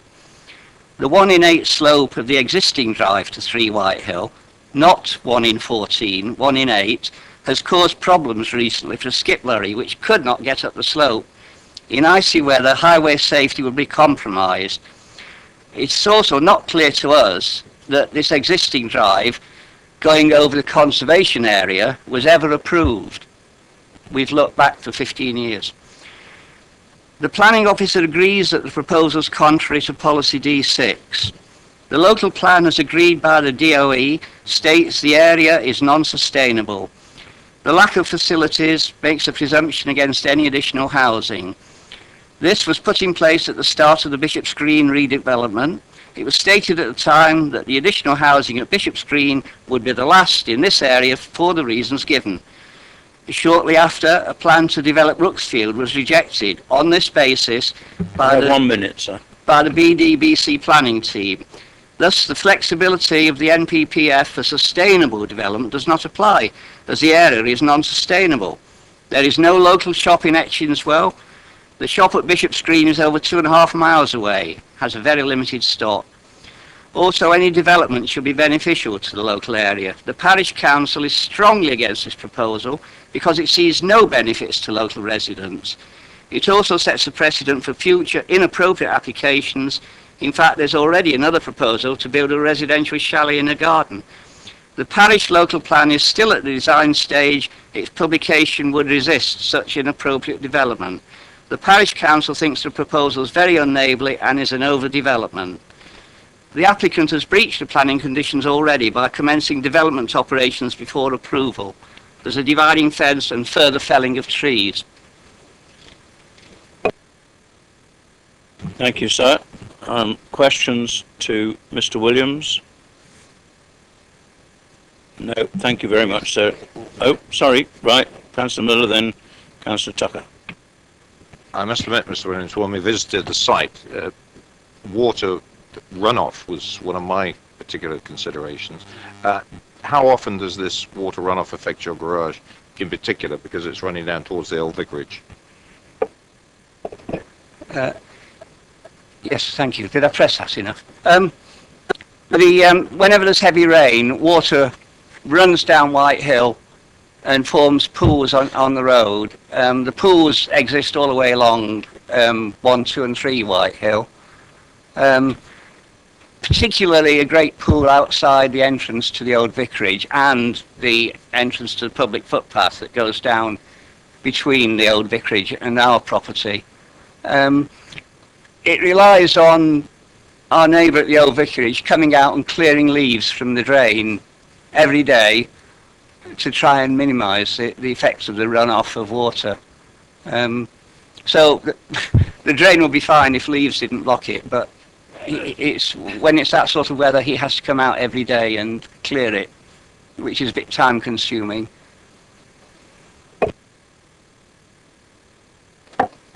Thank you. Am I right? Are you in Hope Cottage? Yeah. Were you on site when we were visiting? Did I see you? I'm sure I did. I was cutting the hedge and my wife came across and attempted to speak to people. She felt it was important while you were there to see the slopes and where the water main was, because it's very close to the surface. Thank you. Thank you, sir. If you'd like to withdraw. Questions to officers? I beg your pardon. The applicant, Mr. Gooch, if you'd like to come forward. I'm sorry about that. Too much of a hurry. If you just press the black button, and you'll then have 4 minutes. Yes, Mr. Chair, thank you very much. I don't intend to take the full 4 minutes. I hope I don't. The officer reporting on this matter, Mr. Campbell-Smith, has written a very detailed and thorough assessment of this application and has dealt, in my view, fully with various objections that have been raised. And really, his report puts it better in support of the application and in dealing with those objections than I can in this 4 minutes. There are a few points, however, arising from Mr. Williams's remarks that I would want to bring to your attention. The first time I spoke to Mr. and Mrs. Williams, just after buying the property in this January, the first thing they said to me is there any way you could possibly take down that hideous row of Leandii, which had grown completely out of all control and towered over number 3 and number 2, and must have been, in the view of the tree surgeon rather, something in the region of 10 metres or so high. They were extremely high and were a blight both to number 2, and the Mr. Ratu at number 2 referred to that in his letter of objection, said he was very pleased to see the back of them. And indeed to number 3 and the area generally. I'd also say that before any felling took place, the tree surgeon contacted the tree department by fax notifying them of their intention and asking for the go-ahead to do that, and that go-ahead came back by fax. So there's no question of me or my contractors scuttling in and felling on the sly, as it were. In terms of the drainage and the points made by Mr. Williams in relation to surface water causing flooding outside his property, a number of the letters of objection concede that provided the two drains that were installed by the council some years ago are actually kept clear, and one has to do that, like with any drain, then they do work. So that's simply a maintenance matter, and really, finally, it's a matter for local residents. If they've got a drain outside their house for their benefit, it doesn't take too much to clear it. In terms of the matter of the water main being near to the surface of the ground, and that potentially affecting the construction of a 1 in 13 gradient drive to the new proposal, that in my respectful submission is not a planning consideration. There are often utilities related issues associated with the new development, and part and parcel of that is approaching the different utilities companies and dealing with adjustments and redirections, etc., various infrastructure undertakings, which are undertaken very much at the developer's expense. And so there's nothing unusual to that, and that isn't a reason in my submission that should in any way affect your consideration of this application on its planning merits. You have about 30 seconds left. Well, in that case, that's all I wish to say, other than that I'm available for questions. Press your large black button again. Any questions for the applicant? No? Thank you very much, sir. If you'd like to withdraw. Questions to the officers? Councillor Taylor. I'd just like to ask a question because I'm really puzzled by this one. I sat on my hands when we had an application for a building in somebody's garden where I had no settlement policy boundary, because I looked at our policies and I thought we just simply don't have one that allows for this. So I didn't vote at all. I thought I just can't do that. So I'm really puzzled as to what sort of leeway we have there for making judgments about some of these villages which don't have settlement policy boundaries. And I noticed that on page 78 you quote D5, which says that residential proposals which contribute to social, economic and environmental well-being will be permitted. But as you rightly say, it goes on to say in D5, it gives a list of a load of villages, and they're all the ones with settlement policy boundaries, and it's certainly not Edginswell. I really just need to have a little bit more guidance myself, really, than how subjective we're allowed to be, because it clearly isn't in line with policy D6, which doesn't allow new buildings in the countryside. And I'd like to exercise common sense in some of these areas, but feel a bit naughty if I do, because it's often frowned upon. So could I just have a little bit of guidance on what's right and what's wrong in these situations, please? The publication of the National Planning Policy Framework and the situation with regard to our own council's 5-year housing land supply figures has led to a situation whereby effectively we can't put as much weight on policy D6 as we might previously have done in respect of applications of this sort. That has led to a situation where we have to look to the MPPF for our principal policy guidance in respect of such applications, and that essentially advises against the allowing of applications for isolated dwellings in the countryside. I don't think anybody would try to make the argument that this was a particularly isolated dwelling given its situation in amongst other residential housing. Although obviously Edginswell is an extremely rural community, but the wording of the MPPF is such that it uses the word isolated dwelling, and this is not such a dwelling.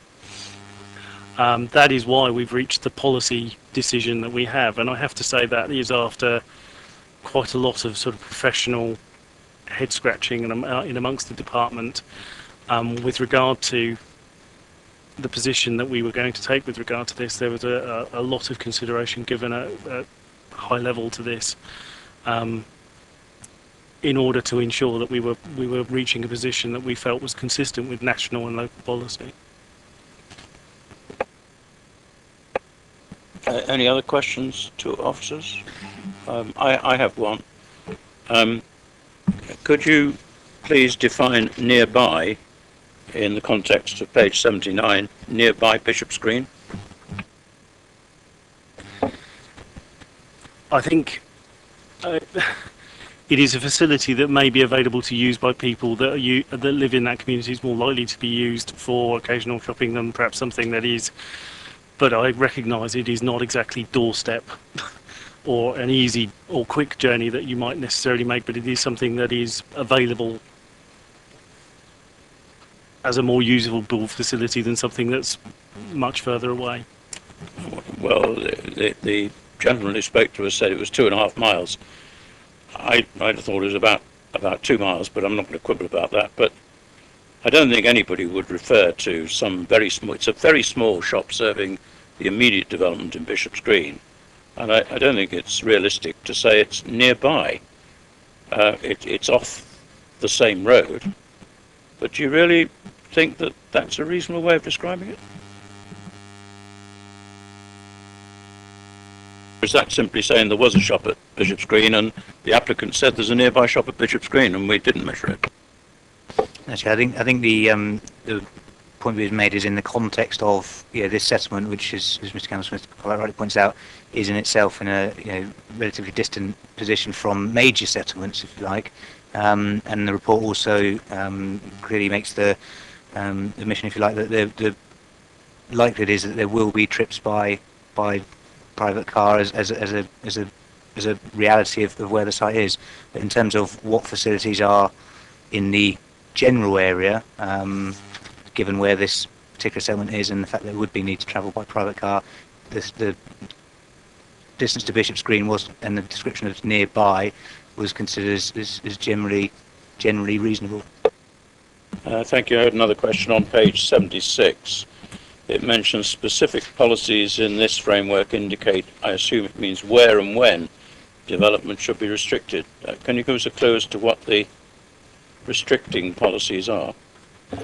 Certainly. I mean, those would be the situations where there were a specific conservation or flood risk issue, biodiversity issue, something like that, which would overcome, if you like, the general presumption in favour of development. Sorry, my question was really aimed at the fact that they're actually nothing to do with dwellings on the edge of a settlement that doesn't have a settlement policy boundary. Right. Questions? I have make a short comment as one of the ward members. I'm very concerned about this because it's going to come as a great shock to parish councils around the borough and to those who are in little areas that don't even have parish council in some cases, that on the face of it, it would appear that the NPPF has slipped in a thing that says you can build a dwelling or two anywhere on the edge of almost any settlement. The whole thrust of national policy is towards localism and putting more responsibility on local communities and parish councils, and this effectively says why bother with settlement policy boundaries, because they don't mean anything anymore. Because you can have a house outside the settlement policy boundary, because this effectively says you can, and it's not clear to me whether this has been, to the extent to which this particular type of thing has been tested, and the NPPF has in some ways changed the meaning of sustainability, which has many meanings, but has loosened the meaning of sustainability by talking about economic and social things. And the application or the report says that this increases opportunity in the local community because the residents will be consumers in the local economy. Well, frankly, the local economy has very little to consume. It has a pub, which is, jolly nice to have, but there's no facilities. As to the nearby Bishop's Green, 2 to 2.5 miles away, by the time you get to it down a very, very narrow and very dangerous road, which most of us prefer not to try to use unless it's essential, by the time you get to Bishop's Green and turn off and park and walk to get to the little shop, you're actually out of the dangerous narrow road and you've arrived at a pretty good road, and you turn left and about 8 minutes later you're at Tesco's superstore. And the idea that people living in Etchinswell are going to go and do some shopping at Bishop's Green is fanciful, because I go to Bishop's Green a lot on other responsibilities. I pop into the shop from time to time to buy a Mars bar or something, and there's seldom anybody there. And it is, as I think the gentleman who spoke to us said, it's a very small and limited stock shop. The idea is somebody's going to actually go there to buy something and come back again. I suppose if they're desperate for tobacco, they might go there rather than the pub, but it seems unlikely. So I really do believe that the sustainability of this community is very dubious in terms of the old-fashioned meaning of sustainable, which means that you can get in and out of it easily. And I would like to see, frankly, I haven't had a chance to research it since reading this, but I would like to do quite a lot of work to see if there's been any appeals on the basis of which we might understand exactly what the NPPF has in mind, because I know that a lot of people who hadn't realised, because I hadn't realised that the NPPF now allowed this, are going to be extremely surprised and very exercised and start writing letters to parliamentarians when the news is out, as it were, because it's not come out, this, which means it probably hasn't been to appeal. Anyway, I look forward to listening to what other members have to say about it, but I just exercise concern. And also I'm asked by the parish council to give you their apologies. The parish council chairman would very much have liked to have come and spoken to you, but he has a parish council meeting and he's got a couple of parish councillors away, and he didn't feel he could come away from his own parish council meeting in order to talk to you about this. I now have Councillor Round and Councillor Miller.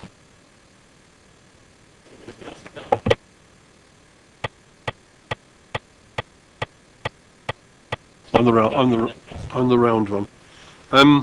Thank you, Chair. Can we get some guidance from officers? I know we've gone through officer questions, but if they were looking at this application with a different pair of eyes, which was basically it's not in a sustainable location because the shop is further down the road than maybe we thought it was. What's the sort of weighting? You know, is NPPF still going to come forward and be the stronger decision making? First part of the question. Second part of the question. I know our local plan, and I've been warning my parish councils that we're, having lots of risk from developers because we haven't got a local plan, and that's been one of my biggest worries. But if our draft local plan was in place, how would that change the situation? I think in regards to the question on sustainable development, clearly, if as set out in the report, it's judged, and it is a judgment, because there's obviously lots of different factors to take into account into the wider sustainable development. If it's judged that it is a sustainable form of development, then there is that presumption in favour of that development as set out in the NPPF, and as set out on page 76. It says, for the decision taking, this means approving development proposals that accord with the development plan without delay. The development plan is absent, silent, or relevant policies are out of date, granting planning permission unless any adverse impacts of doing so would be significantly demonstrably outweigh the benefits. So that's something else to consider when assessed against the policies in the framework as a whole, or as we've heard, specific policies in this framework indicate development should be restricted. Now, I don't think there's anything in terms of the specific policies part which would restrict it, because that then refers to other things like flood risk assessments, impact on the OMB, so on and so forth. But I think if members came to the conclusion that it was not a sustainable form of development, that clearly removes that presumption in favour. And then you're looking, if you like, at all of the other parts of the development plan in terms of the normal design, impact on character, so on and so forth, element. So it would reduce the arguments for approval, if you like, if the conclusion was that it's not a sustainable form of development. Thank you. 2 points. Sorry, Councillor Mitchell did, and I wasn't quite listening, did tell us how far the Tesco's was away from, I shouldn't name drop, the Tesco's was away from the store. And the second point was the question to the officers was, how would we be looking at this if the draft local plan was in place now? Yes, I know it's only draft and you may have not read it all. If it's, say, 2 miles to drive to the Bishop's Green development and the Bishop's Green settlement, the store is tucked inside there, so you come off that road to go into it. While you're in the car going past it, it's about, in my expectation, about 8 minutes more to get to a Tesco superstore. You've driven along the Etchinswell Road, take about 8-9 minutes if you do it in a non-dangerous fashion. And it just seems unlikely to me that people would make a trip in their car. The other thing is nobody would walk along that road to do any shopping. Anybody has used the road in any way would know that nobody walked. So it's not a convenience store in the sense of convenient for the residents of Etchinswell village. It's very convenient indeed and popular, although like most places a little underused by the residents of Bishop's Green, simply because it's so easy to get to a big shopping centre with Marks and Sparks and Tesco's and, you know, all the other people on a retail development which is so close in the only way of getting there. Well, there are the odd bus, but for most people the way of getting there is a car. So it's the practical, it's whether practically people do these things, and I really do think that the availability of the Bishop's Green store is irrelevant to this question. Local plan part, please. Yeah, in response to your question with regard to the local plan, I suppose the only answer I can give you is that it would depend entirely on what the policies of that local plan said. If there were a policy in there that said that we were only going to allow development within settlement policy boundaries, and that was a newly adopted local plan that had been through due process, then that would have weight over and above the situation we find ourselves in now. Thank you. I was hoping that you would be more informative on the local plan than what I was, although I'm trying to keep up with it. But we sit through a lot of discussions on the local plan. There is a section on rural housing in rural areas in the local plan, which has been the subject of considerable contention, and we don't yet know what the outcome of that contention is because we're waiting to see what's being put to the cabinet. But the members' proposition of it is that dwellings on the edge of settlements other than within settlement policy boundaries would be permitted with the agreement, with the support of the relevant parish council or other democratically elected body, or in the absence of such, the neighbourhood forum, if there is one. So that there is very significant localism built into it. It may be that the officers' puzzlement about that objection might be the fact that they never told us about this aspect of the NPPF or didn't draw it to our attention. thank you for that. So in terms of this site then, is this site on the edge of a settlement policy boundary? Is it actually just in the middle of a hamlet of houses, a community of houses? There is no Etchinswell settlement policy boundary. No.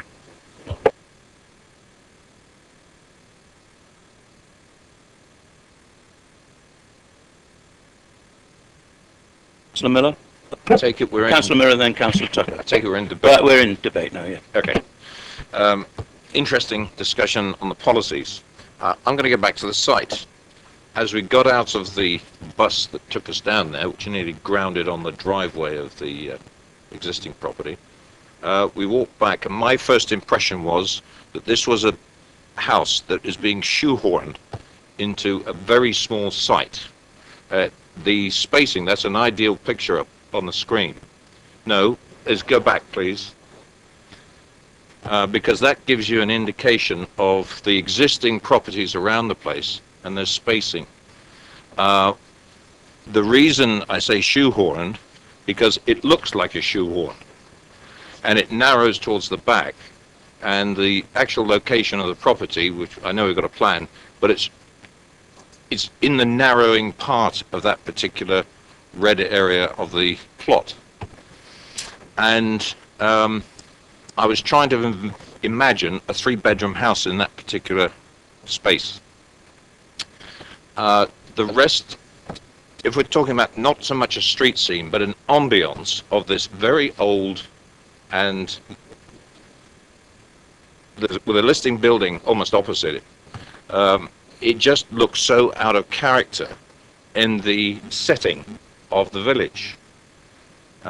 We walked up to the site itself, and you look back, and everything is spaced out. It looks comfortable, if that's probably not a good way of describing it.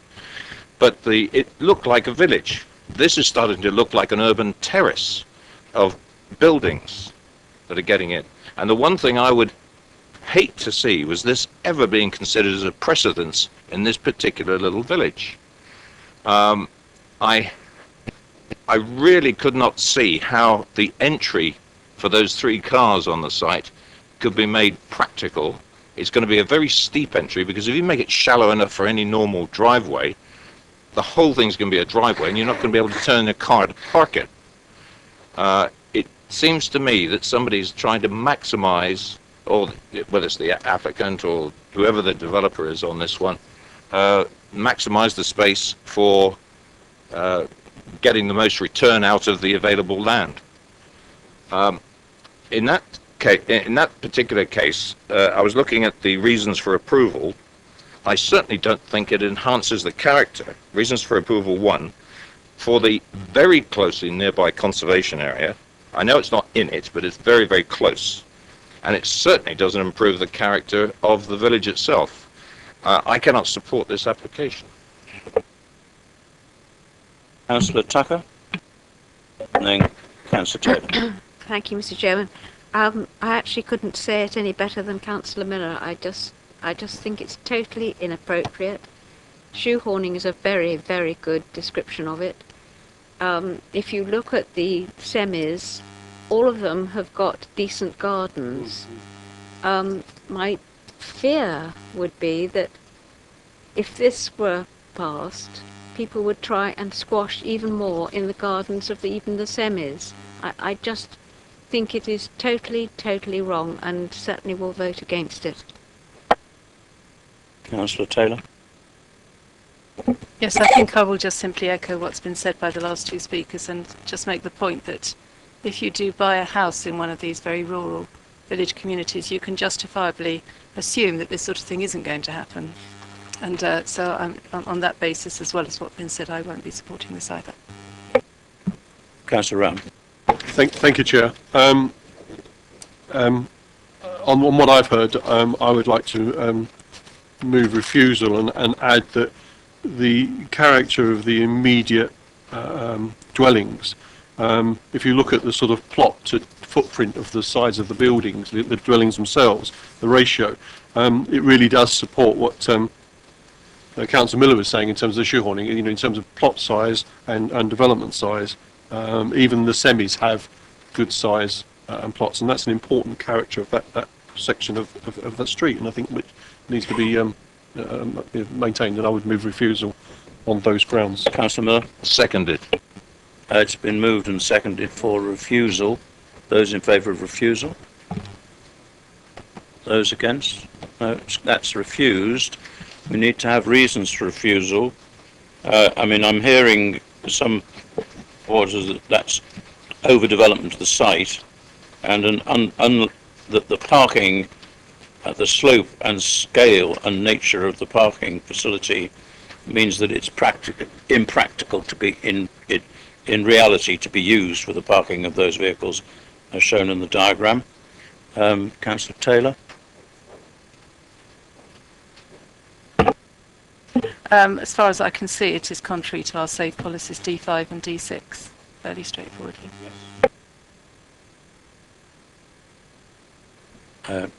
Ask for something if you want to.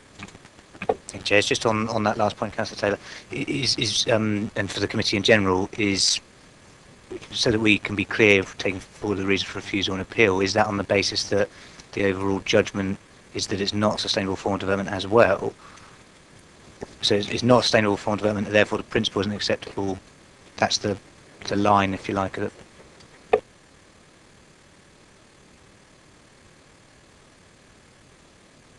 That there is very limited access to any facilities, in particular retail. The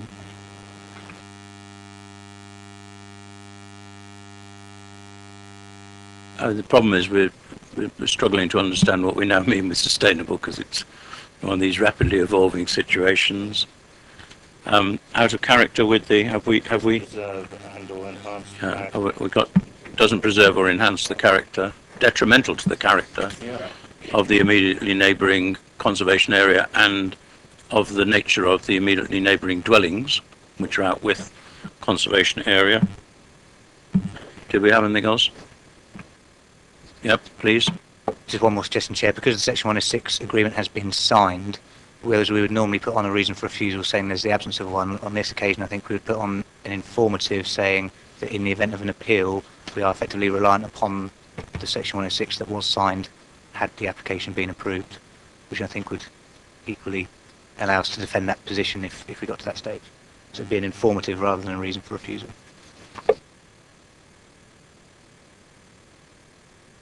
Anything else?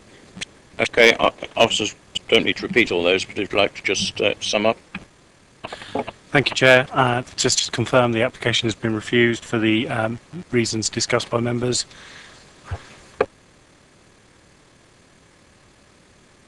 We move to item 5, St Martin's Primary School in East End. Again, I declare that I am a resident, although not the ward councillor of this parish, but in a different part of the parish in Wootton Hill, and I have no involvement with the St Martin's School. I have noted here that we have objectors, Mrs. Eade, Mr. Sturgis, Mr. McKinnon. Are we having the parish council first? Right, okay. Parish council, Mrs. Cooper, first. Get myself in the right order. If you'd like to just come forward and sit there for a moment.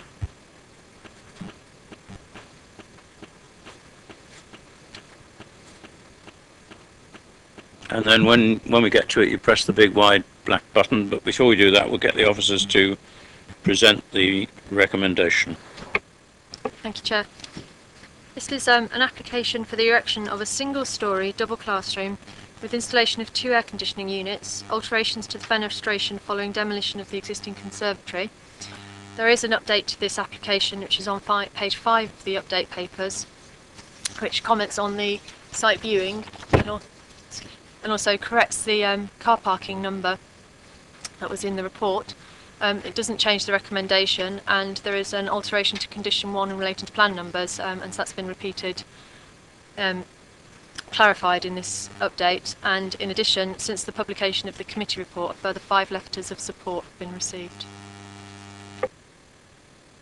Okay, we have the parish councillor, Mrs. Cooper. If you would like to speak to the committee, and press your big white button, you have 4 minutes. Thank you. You'll be glad to know that I'm going to be really quite brief.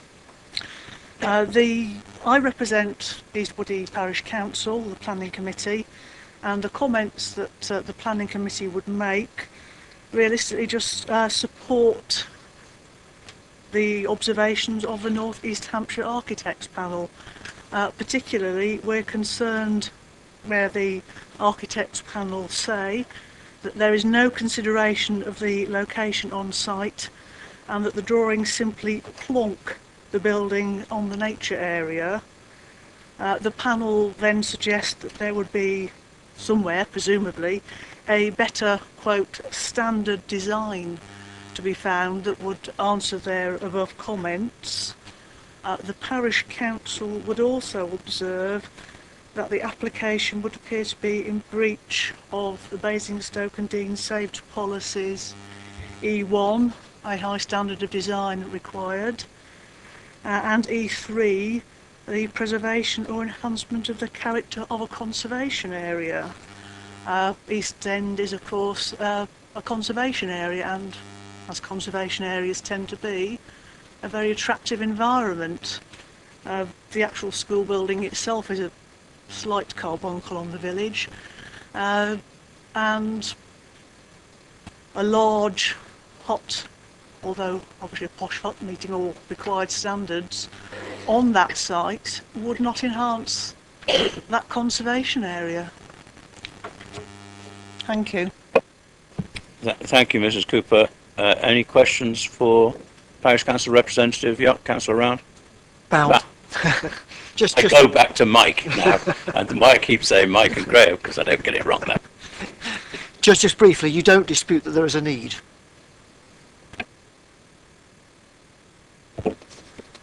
I'm not sure that's really our remit. We're concerned with the issue of the appearance in a conservation area of the proposed development.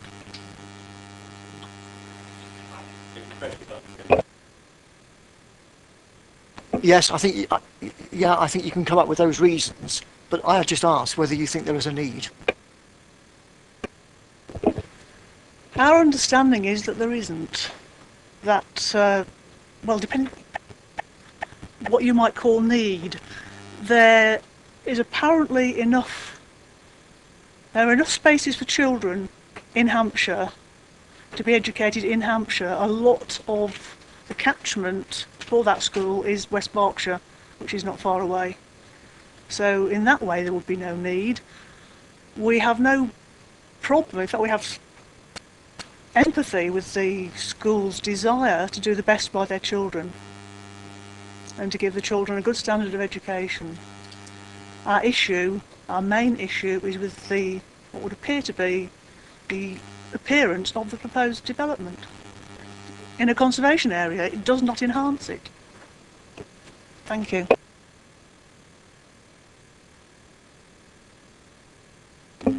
I won't digress in terms of demand, and we'll come on to that, I'm sure, but just in terms of the building itself, I mean, I went on the site visit and obviously it was described where it was going to be sited. Is it accepted by the parish council that isn't visible except from within the school confines itself? I think it's sufficiently large that it would be visible from probably from the road, and also from people approaching from what would be the bottom of that picture, I think. I think it would be visible. It's a comparatively large building.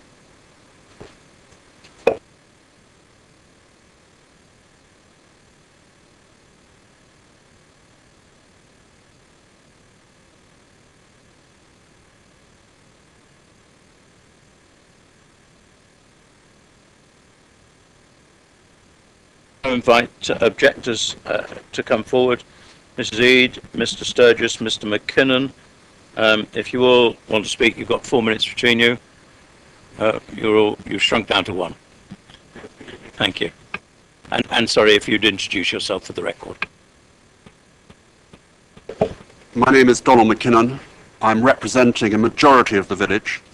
I've lived locally all my life, and I'm a former parent of the school. The proposed development does not comply with the planning guidelines quoted.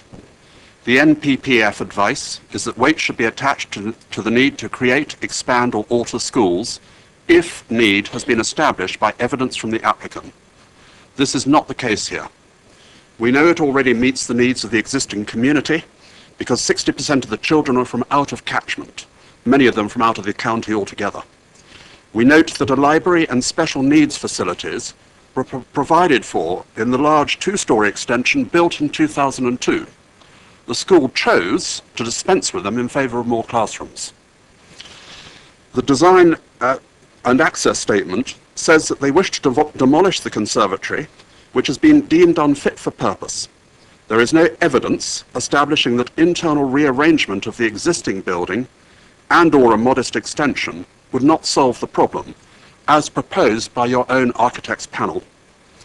The school's promoters have neglected to identify or resolve the key planning issues before the application was submitted. Policies E1 and E3. The proposed classroom block is a large prefab utilitarian building which does not respond to the local context of buildings in East End. Interlocking profiled metal and aggregate tiles are not sympathetic. Both the B&D conservation team and architects panel have raised concern about the lack of sympathetic design. It is overlarge for the site and would swamp the current school buildings. It comes nowhere near to reinforcing the attractive qualities of local distinctiveness. The design has flaws, it has inherent dangers to pupils, and has no design connection with the main school building. Whenever residents wish to alter or extend their properties, the council applies rigorous standards in the interest of preserving and enhancing the conservation area. You have a legal duty to have regard to this. To permit this proposal will be inconsistent with that duty, especially since this is a large new build. And policy E1 brackets 3, the traffic problem has been mounting for years in line with the expansion of the school. Pupil numbers are up from 83 to 120 since 2002, 45% in 11 years, despite undertakings to the contrary associated with every previous planning application. The village was not designed for this volume of traffic. The lane averages 6 metres wide and contracts to 3.2 metres at its narrowest, less than the width of this table arrangement. Lorries get stuck, tractors can't pass, residents' drives get blocked, and even the school bus can't turn. So no wonder your own traffic officer's report questions, and I quote, whether, quote, a maximum threshold for pupil capacity be set by condition or other means, unquote. And we implore you... You have 1 minute, sir. Thank you. We implore you to concur. So if the council is minded to grant planning permission on other grounds, it's important that the school should be prevented from increasing pupil numbers at a later date. For this reason, it is essential that the school be required before permission is granted to enter into a planning obligation under Section 106 of the Town and Planning Act 1990 to the effect that there should be a cap of 120 on pupil numbers. As the current governors have stated it is not their intention to exceed this number, there can be no objection to entering into a Section 106 agreement to this effect. Last sentence. If, however, planning permission is granted, it will set a dangerous precedent for any future new developments in the village, as it goes against all the guidelines laid down in the Conservation and Design Statement on all grounds, and would effectively invalidate it. Thank you. Thank you, sir. Questions for Mr. McKinnon? Councillor Miller? Thank you for that series of topics that you've covered there, Mr. McKinnon. If I could ask you a question on one specifics. It's been mentioned before about the design of the proposal, but you did say it's out of keeping with the main design of the main part of the school.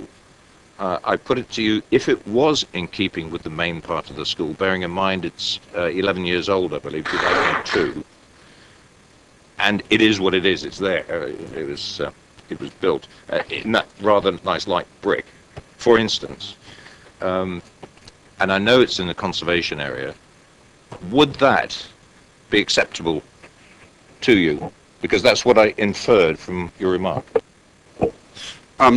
I think provided there was a Section 106 agreement so that it could not be used as a device to increase school numbers, as has happened on 4 previous occasions with 4 previous planning applications, each one of which made those sort of standard statements that there was no intention by the governors at the time of increasing school numbers, whereupon they promptly did, then my objections, if it was sympathetic, would be much reduced, especially if it was, as suggested by your architect's report, an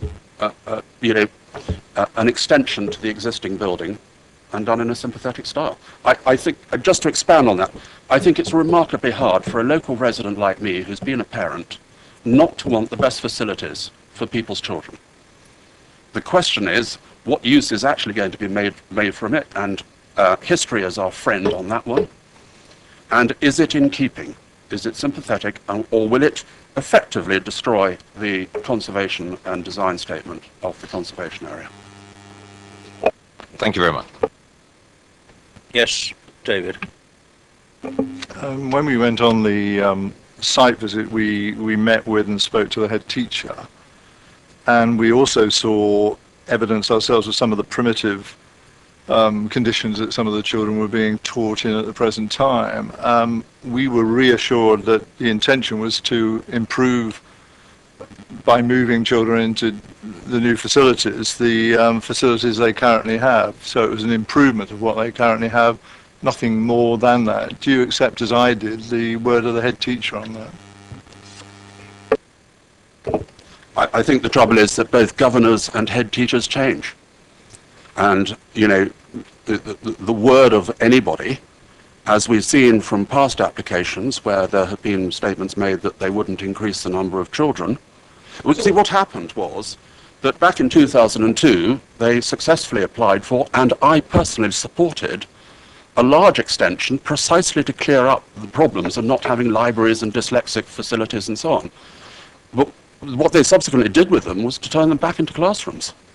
So I would be extremely leery, you know, having been bitten 4 times on these applications in the past, to think that it would not happen again without some assistance from planning law. Just in regard to the parking issues, and obviously I presume this school's no different to many others that we know, where there is a tendency by parents and carers to use motor vehicles to collect and to deliver children. But that sort of that window of difficulty, of whatever way I describe it, is probably the half an hour period in the morning and half an hour in the afternoon. Is it like it is in most other places where that type of problem occurs? Yes, that is the case. Any other questions? No, thank you, Mr. McKinnon. And I now invite Mr. Shelton to come forward.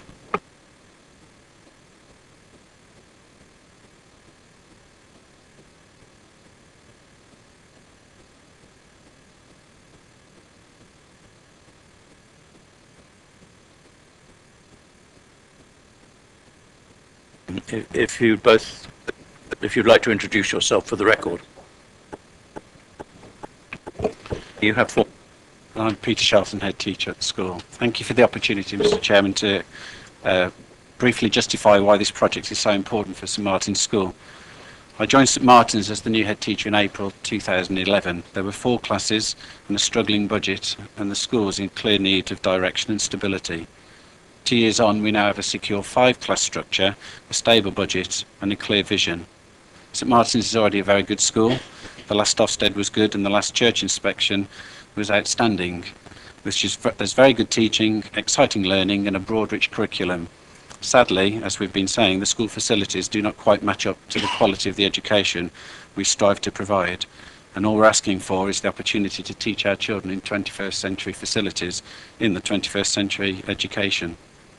For the last 18 months, we've considered over a dozen different options for building, finally concluding with both the diocese and the local authority one plan which best fitted our needs. We spent time in consultation with parents and the local community, and during this consultation, amendments were made to the plans to reflect the comments received.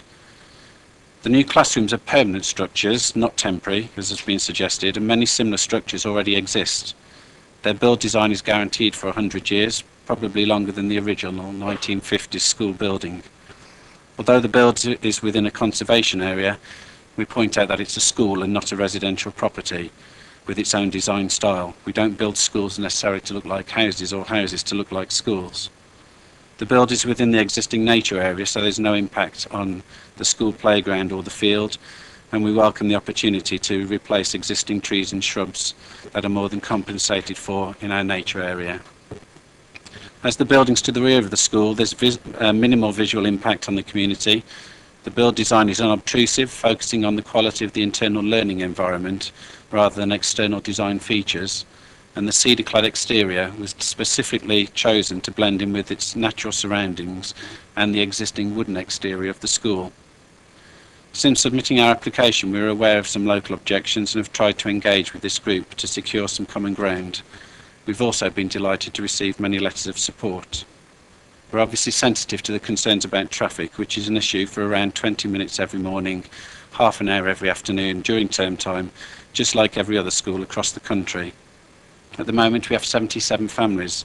A typical day there's around 60 to 65 car movements plus staff, and we try to minimise the local impact, as has been suggested in the documentation. And we advise local residents of main events at school when there's going to be additional traffic concerns. We are open to other suggestions to try to reduce the traffic congestion too, such as possible plans for a drop-off and go scheme that is being considered. The long-term business plan for the school is to remain a stable 5-class school. The overall size of the school is controlled by its admissions policy. You have 1 minute, sir. Thank you. The planned admission number and the school net capacity, and therefore we argue that there's no need to place additional school capacity measures on the school given these controlling factors, so we continue to plan to admit 20 children each year. For the time being, we simply want to provide high quality facilities for the children we already have, and we believe our plans achieve a great deal for the school. 5 quality classrooms, additional toilets and cloakroom space, reducing pressure on overused facilities, a dedicated special educational needs office and 2 small group working spaces, the removal of an ailing conservatory not fit for purpose, improvements to the outdoor learning space for younger children, and the reinstating of the library and study area for supporting and enriching learning. Quite simply, this provides a much better school where one project solves many current school issues, and we therefore commend the project to you for your approval. Masterly timing. If you'd stay there a moment, we'll see if members would like to ask you any questions. Members? Councillor Bierman. Thank you. I presume that the reason that you've chosen the design style that you have, which seems to be displeasing 1 or 2 people, is purely cost, is it? I couldn't pretend that cost doesn't have some bearing on it, obviously, but it's also about trying to provide the quality of the educational facilities within what is worked with particularly with the diocese as a church school, and the diocese have already worked to provide very similar facilities in quite a number of schools already. It's not for us to enter into your finances, but obviously if a building that was more sympathetic to the existing building were put forward, I mean, that is a practical thing. There's no practical reason why that shouldn't be done, is there? There isn't practical reasons. Obviously it's difficult when you come to this point because we're only presenting one plan to you, but the 12 plans that we've considered, over 12 plans that we've considered over the time, have included a number of different build options of varying different styles. The general line that we took, I think it's fair to say that where the potential building plans were more substantially overlooked by neighbouring properties, we came up with a very different design that would have been in keeping with the locality and the view from the roadside. Given that this particular build is tucked around the back, we took the view that was less dramatic at that point in time. One last one, if I may, and that is, you mentioned to alleviate the impact of the traffic, you'd looked at it wasn't dump and go or something, what was it, something similar? I don't think anyone would call it dump and go, although some parents might be quite glad to have that. And the suggestion, for those of you who know the village, there's a small triangle outside the school, and it's been suggested by some that area could be used as a drop-off or go, or what might be preferred is to use part of the school field, so that there's an access in, drop-off zone and an access out. Obviously in the short term that's quite limited because that would require us to have additional playing fields space, because you can't just land car parking on the school field, and at the moment we don't have that facility. So in essence the drop-off point would be not such that people would be deterred from doing it because it's too far to walk from the drop-off point to the school or something? Not particularly. The school also already operates what we call our WOW scheme, a walk on your own on weekdays, where children are dropped at the main village triangle, and they walk along the narrower part of the road from that main triangle through to the front entrance of the school. That's run voluntarily by staff and volunteer parents every morning, so the children wear high-vis jackets and they walk safely like many schools do, along the road to reduce the amount of traffic congestion immediately outside the school. And most of the parents who use that scheme do drop their children at the triangle and drive straight out of the village, and then their children are supervised walking along that narrow part of the road. I have Councillor Round, Councillor Miller and Councillor Bound. Thank you, Chair. It's been suggested that aesthetically, it would be better to extend the existing building. I don't know if you could just sort of talk us through the constraints possibly that are involved in that, and why you, or did you consider it, and why you've opted for detached buildings. And there were three areas that we considered building. Again, those who know the school, the two-storey extension that was previously part of the 2002-3 planning application. We looked at the possibility of extending that out of the back of the building. We felt that that was not suitable on the basis that it completely separates the school playground and the field, and as a two-storey extension would also create difficulties because there'd have to be an additional staircase, because we only have one single staircase up to the upper floor at the moment, which was just obviously adding to the cost. We looked at the principle of building out onto the main school fields, which would again only be possible if there were additional school fields provided, which isn't, again, not an option in the shorter term. The other option to extend the school where the existing conservatory is, which is to be knocked down, most of those plans were generally discounted on the difficulty of that particular part of the site to actually squeeze a building in. The boiler room and plant room in particular is unfortunately in a position that makes expansion of the existing building at that end quite difficult. We did look at the cost of relocating that, but again you've got a substantial additional cost just to solve a space problem in order to then extend the building, and of course that part of the building is then also overlooked by three adjacent properties, so we were also sensitive to the view of those properties to that part of the school building as well. Councillor Miller. Good evening. When we walked around the back of the school and we were looking at that nature area where you lined out where the proposed facility would be, I noticed there were several wooden, what I'd term fairly high quality garden sheds that you're using for storage with various signs on them. Would they be absorbed into the new facility and that would be cleared out so to be a much more sort of less cluttered environment at the back of the school? It's possible that one of those three sheds would be removed.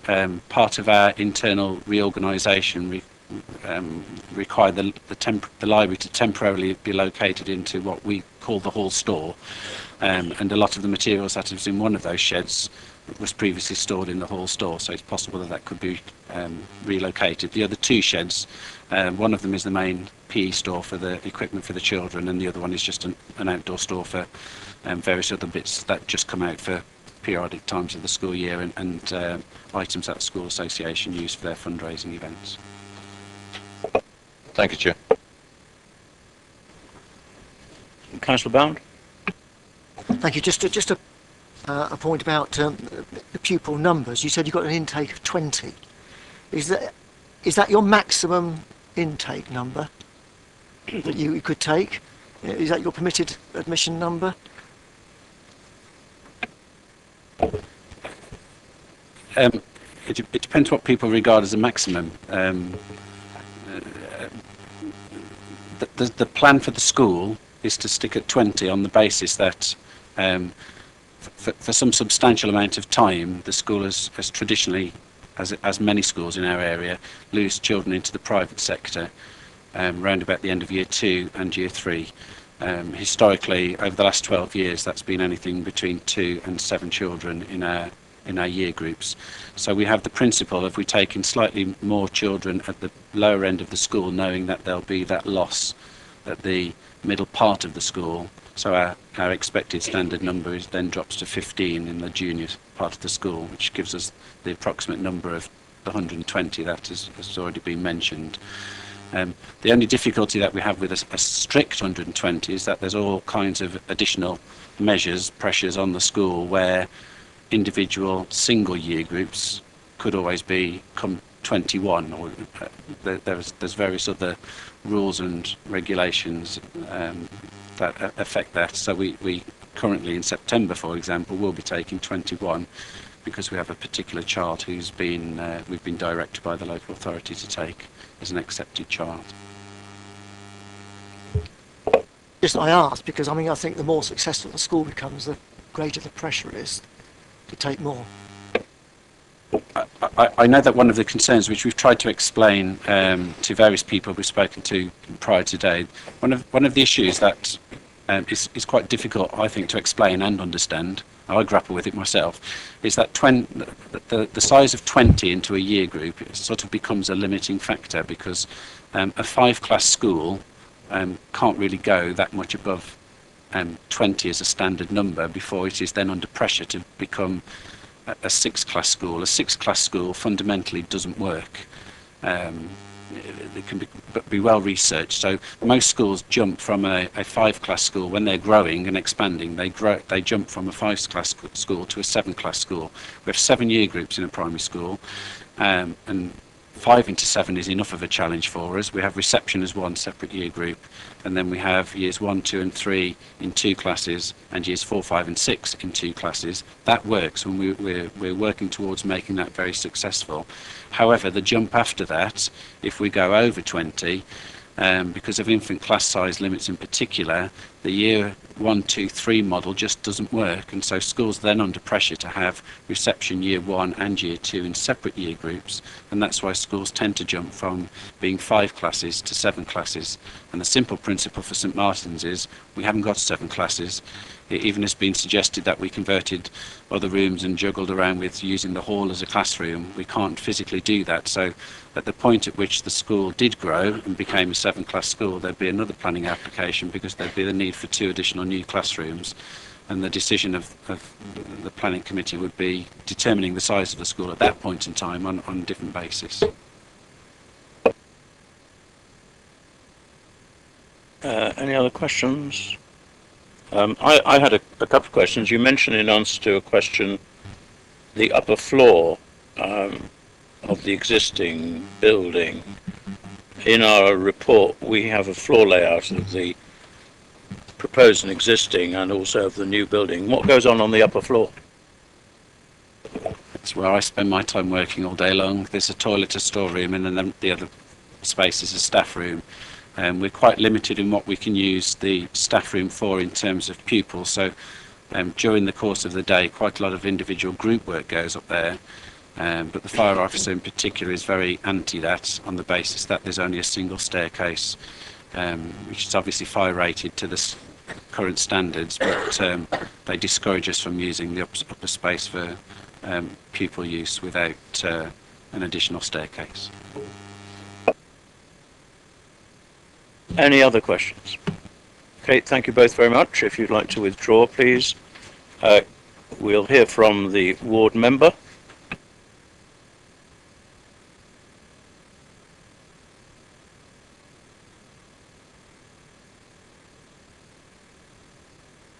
Evening, Councillor Sanders. You have 4 minutes. Before I start, if I may, Chair, I need to declare some interests. I have to declare that I am actually personal friends with the Chair of the Governors and also the Deputy Head Teacher. Also that my next door neighbour's children have been to the school. And that I have actually, just in the interest of balance, also successfully spoken on behalf of Mr McKinnon in a planning application at this committee. So I just thought in the interest of openness, I declare that. It's what happens if you live in a village for 30 years. You tend to know lots of people. I don't think, however, any of those actually give me a pecuniary or what used to be called a prejudicial interest in the matter. Right, thank you. I think in dealing with schools, there's one fundamental principle which we have to take, which is that the children's education must be paramount. You only get one chance at being young, and you only get one chance at going through your school. And therefore, the better the schooling that we can provide, the better that we as a community serve our young people and those people who will grow up to look after us in our old age. I think it's also important that we do actually support and sustain rural schools. It is a problem. Numbers by definition are always going to be small. Accessibility is always going to be different. But if we start to say that everything has to be centred in major conurbations, we will cut away a lot of the fabric that's sustained rural communities over a long period of time. A very bad thing. So I am therefore persuaded that this application would lead to better education facilities for the children who attend that school, would give them a higher standard of teaching, high quality of teaching, and therefore better outcomes for their future lives. But I do understand the concern that neighbours would have over the size of the school, and in particular the numbers on roll, because in a rural community, numbers on roll inevitably means more traffic because people have to drive. There is no public transport, there is no school bus system. The only way you get your children to this school is driving them, unless you want to let 6-year-olds walk down roads, narrow roads, with no pavements, which clearly is not sensible. And even if you have a number of cars arriving, there are always inherent safety risks, even with the numbers, the people and the mitigation measures that one puts in place surrounding. Particularly, it's not so much the morning when it's drop-off, it's going home when parents come to wait and take their children from school. Parking's already very bad in this area, and despite the mitigation areas that have been put in place by the school. I do rather tend to accept the church bells theory, that if you don't like the sound of bells, don't go and live next to a church. And I think the similar thing applies, that if you move next to a school or you live next to a school, you should expect that kind of disruption at times. But I do think that it is incumbent on us not to add to a problem that is already very bad. The officer already relates to the fact that this is a problem across the borough. In this particular area, it's particularly bad. We need to make sure we do not add to it. And therefore, I think a condition applied which would limit the numbers that can be on roll without those numbers being increased and coming back to this committee for future consideration of the traffic issues would be a sensible thing. I don't think you should necessarily cap it at 120. I think there needs to have to be some flexibility to allow for increases and decreases in cohorts, but something which keeps it in that 1 minute, thank you, in that area is reasonable. Where I do have a problem, and I do agree with the opinion of the conservation officer and the architects panel, this is just a bad piece of design. It adds nothing to the school. It's a box. And I think it is important that children go to school in a quality environment, and particularly in an architectural environment when they're at a formative stage. I don't believe that we as a council should be permitting substandard design, and certainly not in a conservation area, certainly not in an AONB. I just think that the architects have not done a good enough job, but they've not tried hard enough. They should be told to go away and try to do it again. There isn't any absolute time pressure on this. We could live within the time frame, I think, which the school requires. Other than that, I would support the application. Thank you. Do we have any questions to the ward member? Press your button, please. Any questions to the ward member? No. Thank you, Councillor Sanders. Questions to officers? Councillor Miller. I think the officers are probably expecting this one. There were objections about the design, and we've heard tonight various questions about the design. Was there any consideration among the deliberations that when you looked at this, that it's been described as a big shed, that it couldn't be more sympathetic either in materials or design from the conservation area point of view? I will say one thing, that you've got a picture there looking at the site. It was all marked out on the ground, but I honestly could not see this part of the school when I deliberately walked out the front of the school, walked up and down the road. You can't see it because it's hidden by the main school building. However, that doesn't take away from the fact that it is within a conservation area.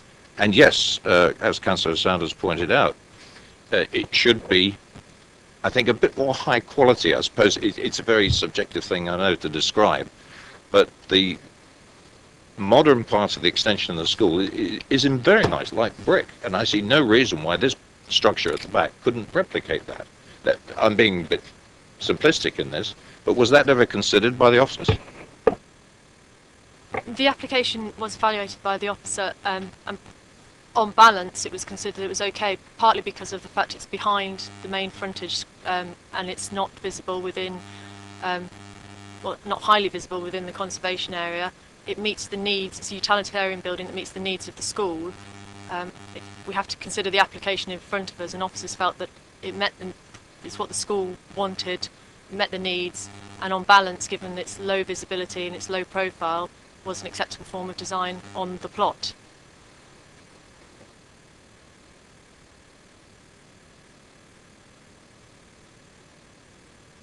Questions? Any more questions? Comments? Very quiet, David, and then Martin. Oh, I obviously will get myself into I mean, as an ex-architect, I probably have a view which is going to upset one or two people, but I mean, I don't find the design that bad, if I'm truthful. I mean, looking at the, I mean, to be frank, you know, looking at the school at the back, I mean, the sort of 50s style, the sort of hodgepodge of things that have happened over a period, and I mean, that's the way these things go. I mean, it would be difficult to say there was some sort of consistent theme and design, to be frank. I mean, it's described as utilitarian, and so be it. I mean, it's meant to be a utility building for a particular purpose. The cedar cladding, which I think is going to be a feature, to be frank, it seemed to me to empathise reasonably well with what is around it and the sort of woodland area, etc. I mean, I must be at odds with others on this, really, but I didn't find it at all unacceptable as a design. And to be frank, I guess some cost models come into this as well, really. We're talking about something which has got to meet a pretty tight education budget, and let's be realistic about it. I certainly don't think, I mean, it's been said in the report, it probably doesn't enhance the conservation area. Well, to be frank, very few things would, but it certainly doesn't destroy it and undermine it. I mean, I don't think it's as fundamental as that, and I think that, dare I say it again, it sounds, you know, fairly practical in my response, but it isn't seen except in a very limited way, and when you were in the school. Now, that doesn't say that it should be that atrocious that doesn't matter, but I don't think it falls into that category, and I certainly would support the application as it stands. Councillor Round. Thank you, Chair. Sorry. Councillor Beerman was first, then Councillor Round. I beg your pardon. Thank you, by the way. I hesitate to argue with somebody whose history is in architecture, but my experience of the architects panel is that I'd award them nul point, and that remains the case. I speak as a school governor whose objectives would be very much in line with what the head teacher described, and I felt very warm towards the observations that were made. But I don't think that can be the only consideration. And there are times when Hampshire County Council, that has more input to these things, has won awards for school building design, because it's allegedly good, although totally impractical, and then failed to remain consistent by dumping additional buildings and denigrating the site altogether. And coming back to what Councillor Saunders says, it's not just the people who are looking from the outside, but the children who are in the building and are experiencing it. And I think we could get to a stage where we say, well, we're short of money, and so we'll put up any old thing because we want to provide an educational facility. And this is really one of those tortuous applications where there's so much right on both sides. I don't think one can readily come to a conclusion. In fact, I don't think Councillor Saunders did altogether. It was sort of, you could go either way and feel you've done the right thing, and at the same time the wrong thing for the other party. But I think on balance, we can't afford to say it's hidden away, therefore it's unimportant in terms of its architectural merits, because as we all know, sometimes trees, buildings or other things are removed and suddenly something that was hidden away becomes very evident. And if one had to say there is no other possibility here of providing the facilities for the children that are going to go there, I'd say, well, okay, perhaps one should bend on the presentational side of it. But since there are other possibilities, I think one should have a second go at it. Councillor Round, then Councillor... No, we've had Councillor Bound. Councillor Round. I'm on the wrong list. Right, Round. I mean, I listen to what everybody has said, and I understand what people are saying to a certain degree about the design. But I think Councillor Potter summed it up reasonably well. And at the end of the day, it's not, you wouldn't describe it as any old thing. It has been purposely designed for the needs of a classroom, and I'm sure when the children get inside that building, they will find it a much more attractive place than perhaps some other children are in other schools where the schools are so old that they're not really fit for purpose. So I think on balance, we have a school that's needing these extra classrooms. The classrooms need to be of a modern design and a modern interior. It is behind the main building. I have to accept I didn't go to it, but I've seen the photographs, seen what people explain, and I think we should support it.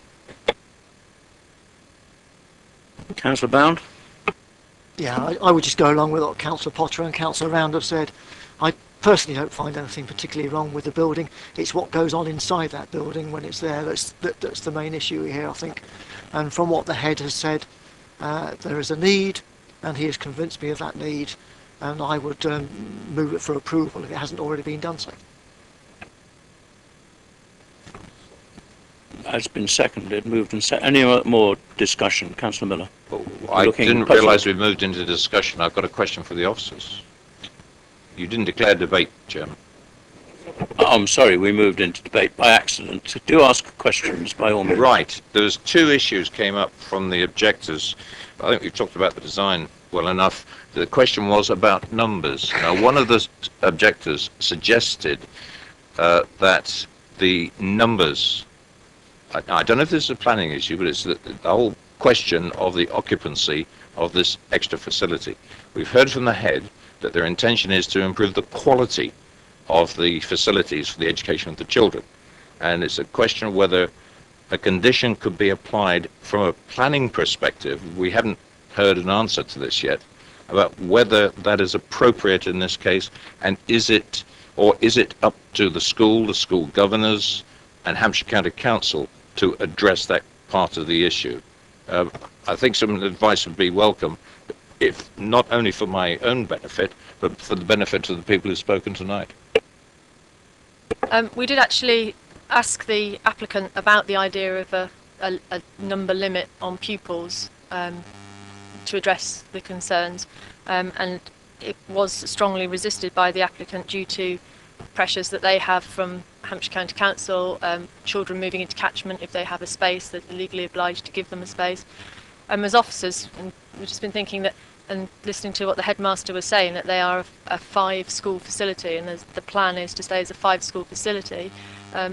We could perhaps condition the number of classrooms to be 5 classrooms. We have an internal arrangement of the existing school for afterwards. We have 2 classroom plan for the proposed building, and suggested maybe instead of trying to limit numbers, which appears to be quite complicated in terms of other legislation, the number of classrooms is a physical thing that if an enforcement officer went out to visit, he has some plans of what's supposed to be the floor plan.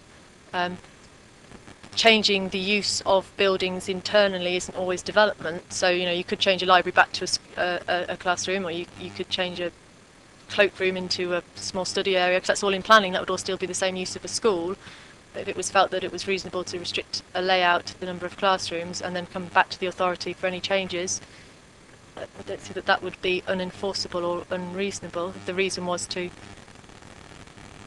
manage, you didn't want the school to expand, but it still allowed the school the flexibility for their capacity. I'm about to put that. I think one of the bigger considerations also for the school is this question of traffic and parking. and I'm not quite sure what comes first.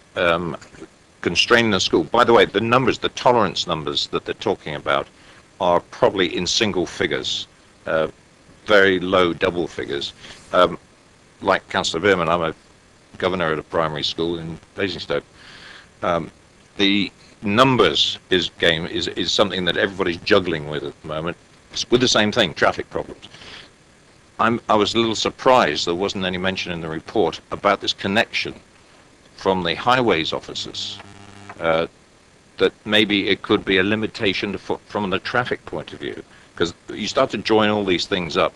That's probably one of the best reasons to put some kind of consideration into the report about the number of children. I think the variation is quite small, by the way.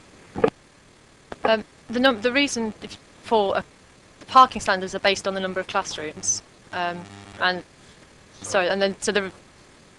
that would be the reason for limiting the number of classrooms, would be that there's no increase in parking. Parking is for teachers, not for staff, not for parents. Parking on the site, there's no increase in classrooms, there's no increase in car parking, there's no highway objection, and the proposed rearrangement of parking actually is a benefit to the car parking. There's a condition to secure that.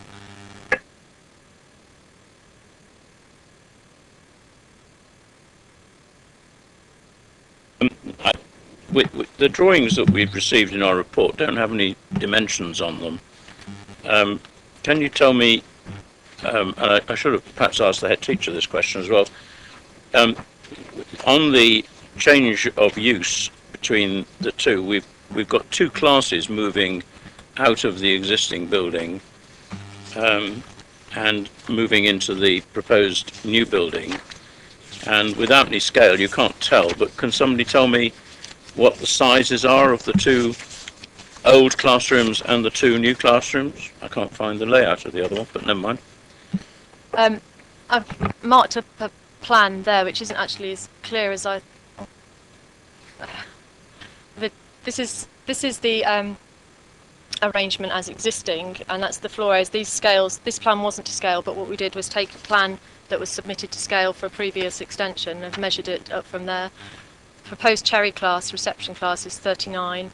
The conservatory is stated in the submitted papers to being in approximately 20 square metres, and then if you move it across a bit for the library, a bit more, the library is 31 square metres, and that doesn't take into account the staircase area. That's just measuring it as a sort of squashed L shape. And then there's a net increase then. The new classrooms, some calculations there. What's lost is about 90 square metres. The gain is 2 times 66 square metres of square classrooms, usable space. So that's not the volume of the building, that's the classrooms, not the toilets or the lobbies. And so then there's an increase in 42 square metres. Any other discussion points? Has it been moved and seconded? It was moved, I think. Moved and seconded. I just had a comment. Really, to me, I don't like this term utilitarian. Being a war baby, it has connotations of the sort of clothes one found oneself wearing and the sort of food one found oneself eating. And I do think it's a great shame that the church, which has brought us some of our most distinguished buildings in all the villages in the land, now brings forward something which is so utilitarian. And I don't want to argue with architects, indeed with anybody, about design, but this is clearly a building that nobody is designing for long-term, beauty. And the other thing that occurred to me in that context is that we quite rightly have discussed the fact that the children's education is paramount. Somebody mentioned the fact that a high proportion of the children concerned come actually from another county, and travel a long way to do so and create a lot of the parking problems. But part of the children's education surely is their exposure to good design, and we've got comments in here that suggest in the report that it wasn't good design, and then the officers have said, well, it's good enough because it's an important building for the children's education. And generally speaking, we've taken design very seriously. We often disagree with officers and say, no, they've said it's terrible design because somebody doesn't like it, And then we say, well, it's okay, we like it quite a lot, and it is very subjective. I have to say, from my point of view, for something in a very precious village setting, it's not a village, it's a hamlet. The church and so forth is down the road somewhere else. And for a very precious setting like this, it's a great shame that the church couldn't bring forward something which is aesthetically definitely attractive as opposed to passable, because all I'm hearing is it's passable, and it's important not to, well, we did hear from somebody that it's not urgent and that a better design might be produced. So I'm inclined to side with those who say, well, let's ask them to go away and think and come back with something that's much more attractive. The other thing which baffled me slightly, which I should have asked them, I'm only expressing an opinion. Everybody else expressed an opinion. Well, I almost certainly will, yeah. I mean, other people may tell me I'm wrong and explain why. The other thing which slightly baffled me, and I should have asked the head teacher, is the sums, because we have a 20 pupil entry in a 6-year school leading to 120, but he said the reason we take 20, 7-year school reception, we get down to 15 and then we get down to 12 and so forth, and it didn't seem to me superficially the numbers added up, but that's probably my sums going wrong. So it's been moved and seconded for approval. If there are no more discussion, those in favour of approval? Against? Sorry, just hold on, hold your hands up, we'll have to count them. 1, 2, 3, 4, 5, 6, 7, 8, 9. Yes, 1, 2. Sorry, put your hands up again, they weren't sure who was waving. The hands are behind each other. 2, 3, 4, 5, 6, 7, 8, 9, 10. I think we'd assume that's approved. Officers? The application is approved. Can I just check whether that was with the restriction to 5 classrooms, conditioned for highway reasons? Right. Thank you. And move on to I have your agreement to standing orders being waived for another half an hour or so. Should we have in that case, a 5-minute break, please? That's we'll reassemble at 25 to, that's 7 minutes. I found that a really difficult decision to make. Well, you fully understand there can't be, because every time they get permission to increase the school, they increase it and they come back and ask permission to increase the school again. Yeah. And whatever they say, and they're skating around it, frankly. Don't believe a word they say. They're very proud of their school and want to grow their school, and head teachers are ambitious people. You know, look what I achieved in my school. I got a new building, you know, blah, blah, blah. And the idea of people driving out of Newbury past another primary school, back past, some of them come past 3 primary schools to get to that school, because they choose that school, because it's very good. It's as near as you get to being in the private sector.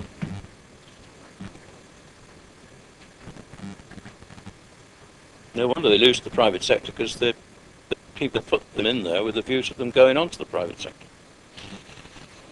But none of that's relevant from a planning point of view, is it, Mike? No, you weren't listening, that's all right.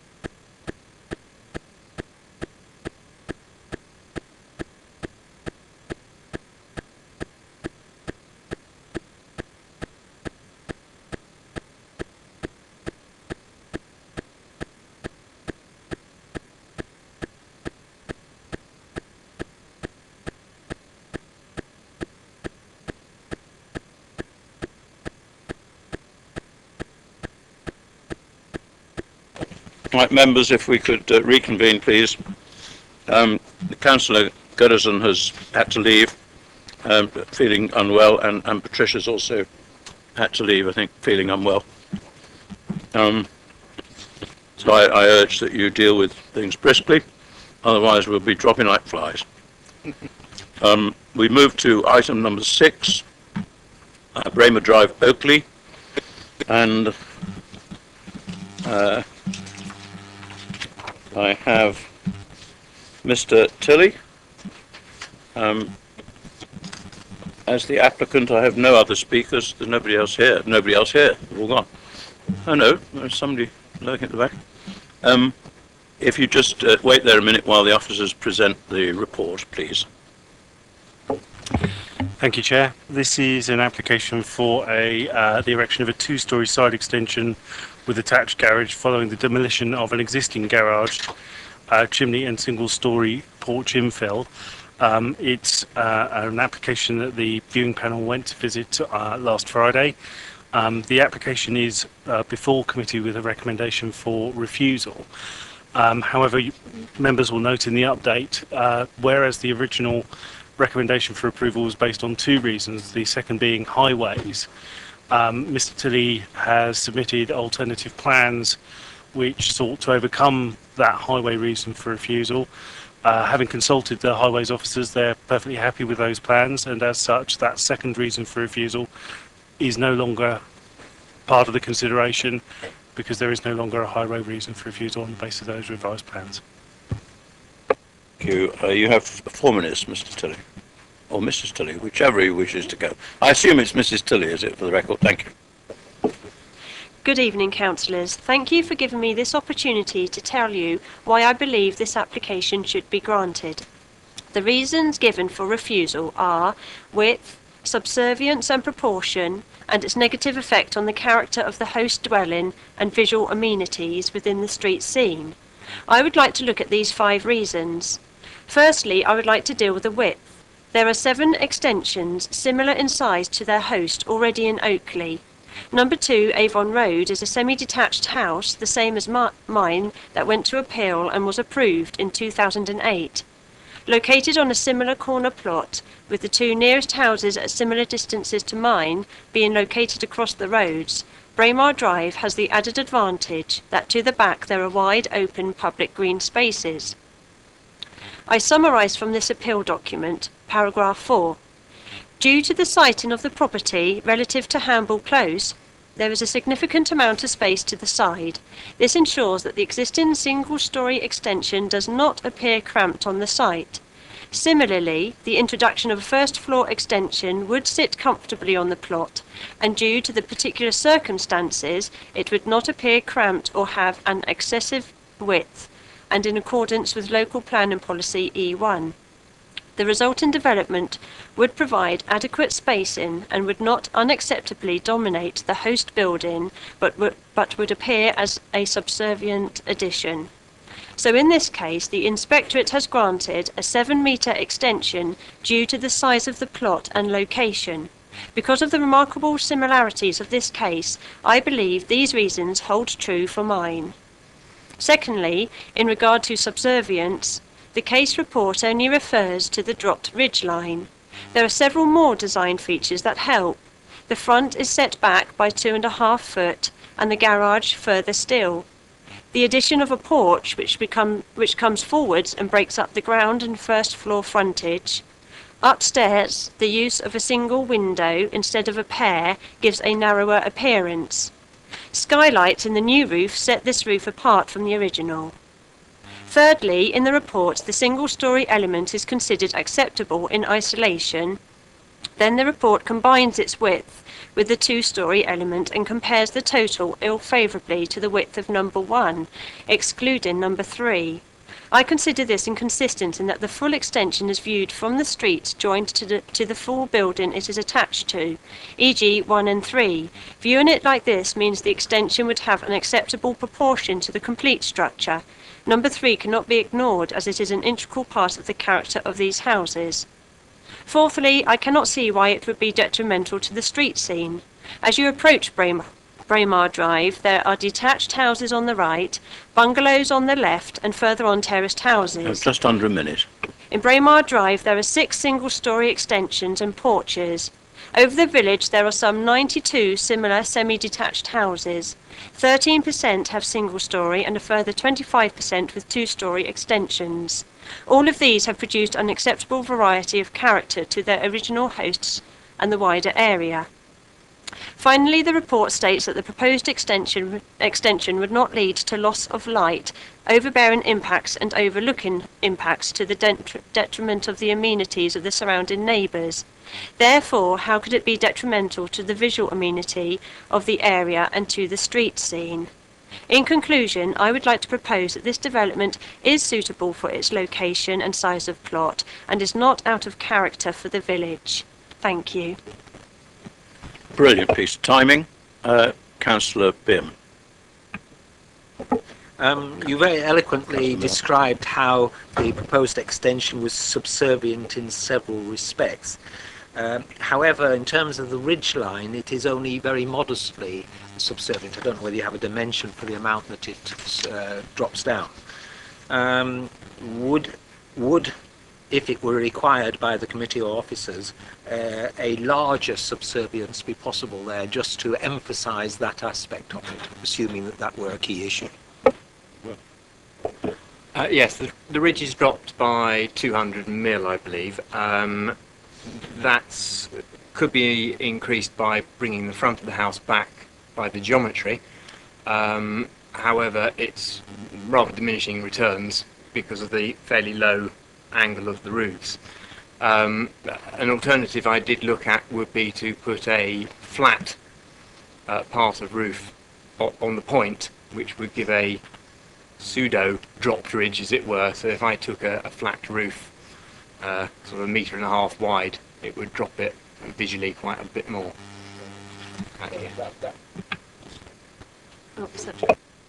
You considered that, but in the end, did the officers dissuade you from that particular route, or did you just decide it wasn't a nice design? I think just time permitting, we didn't get around to doing it. You know, if that's a stipulation, we could probably work with that. Yeah. Councillor Miller. When was the original estate built? Do you know what year? 1970. 70s, was it? 1971, I think the house might be. Thank you very much. Any other questions? Thank you both very much. If you just withdraw. Questions to... Oh, do we have ward councillor? Yeah, of course you are. Speak, I'm sorry. It's getting late. I'll be very brief because actually, to be honest, there isn't a great deal to say. Mrs. Tilley's expressed it very well. And I have to say, I think I do agree with pretty much everything she said. And also, of course, there's only one issue now that remains now that the highways issue has been dropped. So we're really just basically looking at this fairly standard semi-detached house and saying, are we going to allow this extension to go on it? Those who went on the viewing will know that, will have seen that Braemar Close is, it's a small close of very similar houses, and several of them have been extended in various ways. And obviously the applicant has got the corner plot, so he can perhaps have a slightly bigger extension, but they've been through all the issue that there are precedents set in the village where perfectly nice extensions, sizable ones, and not all of them have even got the dropped roof. I would think, why on earth does it need to be dropped any further? I think it looks perfectly nice like that. And of course would draw your attention to also the complete absence of any objections to this from either people or the parish council. So I think I would just basically say it seems a sensible and reasonable decision to approve this one. And I don't want to curtail any discussion, but I would be happy to move for approval. Thank you. Approval, Councillor Bim. Actually, I put my hand up to second it, so really, in effect, I just wanted to say that bearing in mind, it's at the end, had it been in the middle of a row and one had terracing, I think it would be rather different. It looks like what looks like a dirty big open space beside it. a predecessor to Mike Townsend used to say, "What's the harm?" And when I look at this, I can see very little harm in it. So if I'm not seconding it, I'll pick it or whatever. Just ought to say for the record that since it's in Oakley, the space may be big, but it's not dirty. I just want to be very clear about that. It's been, if there are no more speakers, it's been moved and seconded for approval. Those in favour of approval? Thank you. It's approved. Officer?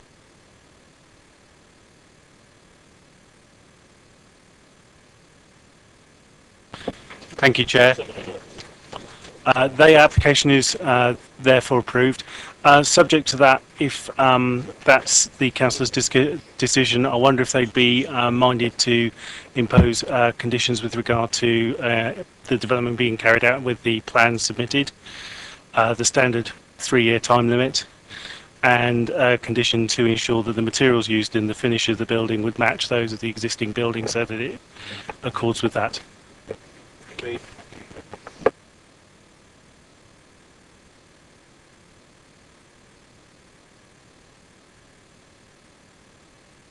Borghurst, I don't have any speakers. Is there anyone here? You do have a speaker. Oh, I beg your pardon. Mrs. Douglas?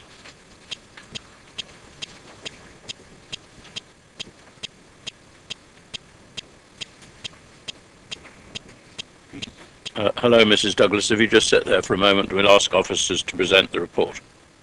Thank you, Chair. Applications for the erection of a stable block and change of use of land for equestrian purposes at Yew Tree House and Borghurst.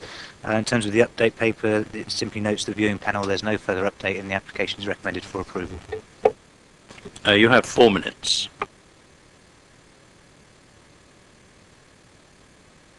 Thank you. My family and I live at the bungalow of Beulah, which will be some 30 metres away from the proposed 12-metre stable block.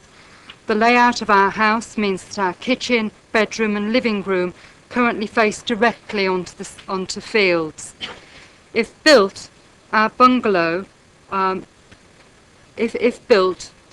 our bungalow, we will not be able to see over the stables or, given their length, around them.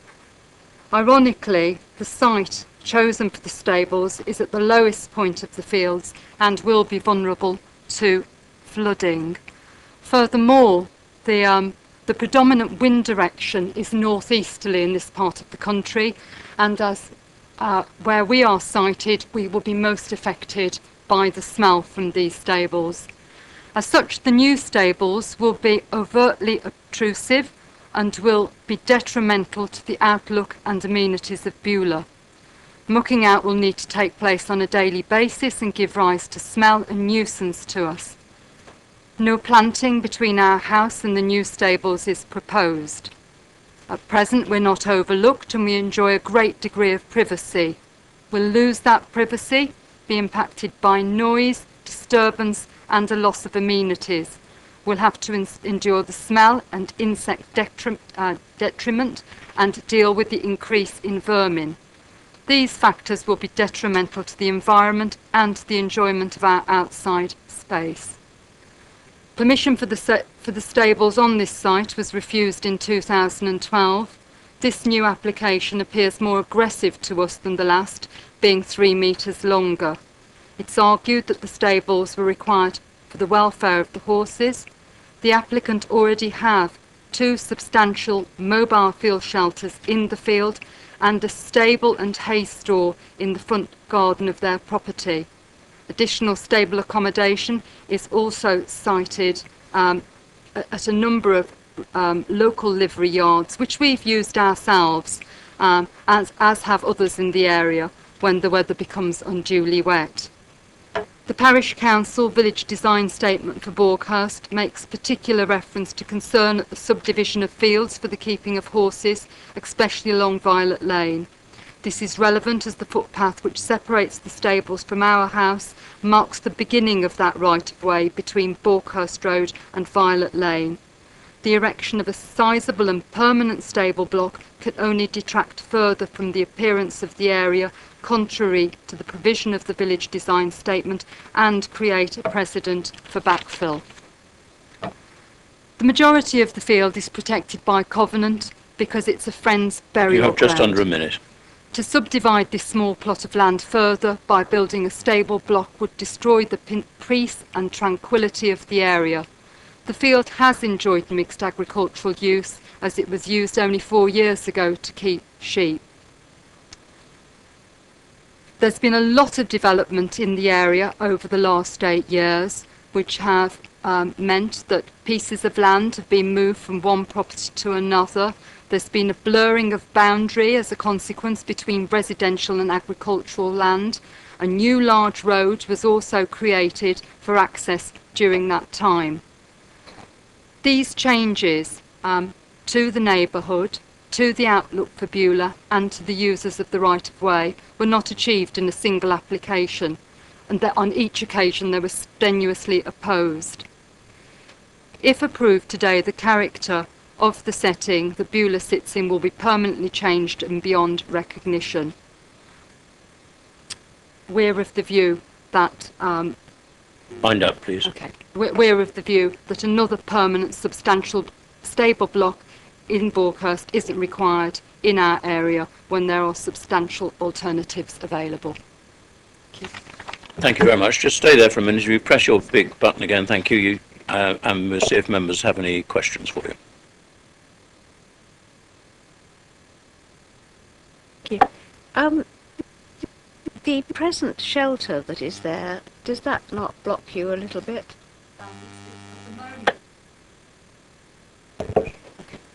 At the moment, it's positioned lower than where these proposed stables will be placed. Furthermore, it's about a quarter of the size. No, and there are 2 actual mobile shelters on the land at the moment. One is further up from us, not directly in front of us. Our house the views face directly up the field. What will happen is the positioning of this stable block will completely obliterate our outlook of the fields. There is a stable in the front of the house as well as the mobile stable block. There's a hay store there as well. There's a plethora of livery yards, which, as I said, we have used ourselves. My daughter has a horse. That field does get boggy, and others... Very good. You just stick to the answer to the Sorry. question. Thank you. Yes, I'm sorry. Councillor Bierman. Sorry, a photograph flashed up on the screen. I don't know if you saw it whilst you were speaking. Is that what's there now? That's one of the shelters, and that's...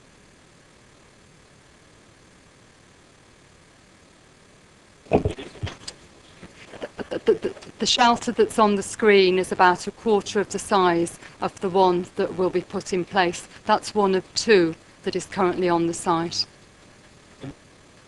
Yeah, please. If I've got my geography right... Oh, sorry, can you leave that on, please? Would I be right in thinking your property's over to the left there, sort of? The further up, that's our property there. No, let's come along. That one there. That's our property there. And actually, the siting of that current... The actual siting of that current shelter is not where the new stable block is going to be positioned. That's lower down and will actually fall in front of our property. The site, that's not what we were told on site. I understood that it would be it's about a third of the size. Well, there's a location of it if there's a question. Well, I'm just getting the idea of the location from the lady here at the moment. When you say lower down, what do you mean by lower down?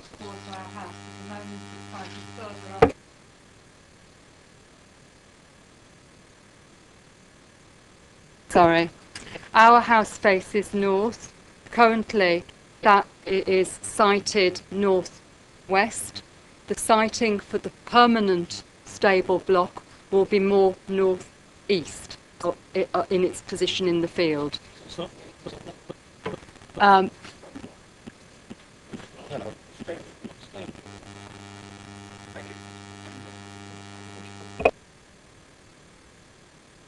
Any other questions? Thank you very much. If Ms. Rogers would come forward, the applicant, please.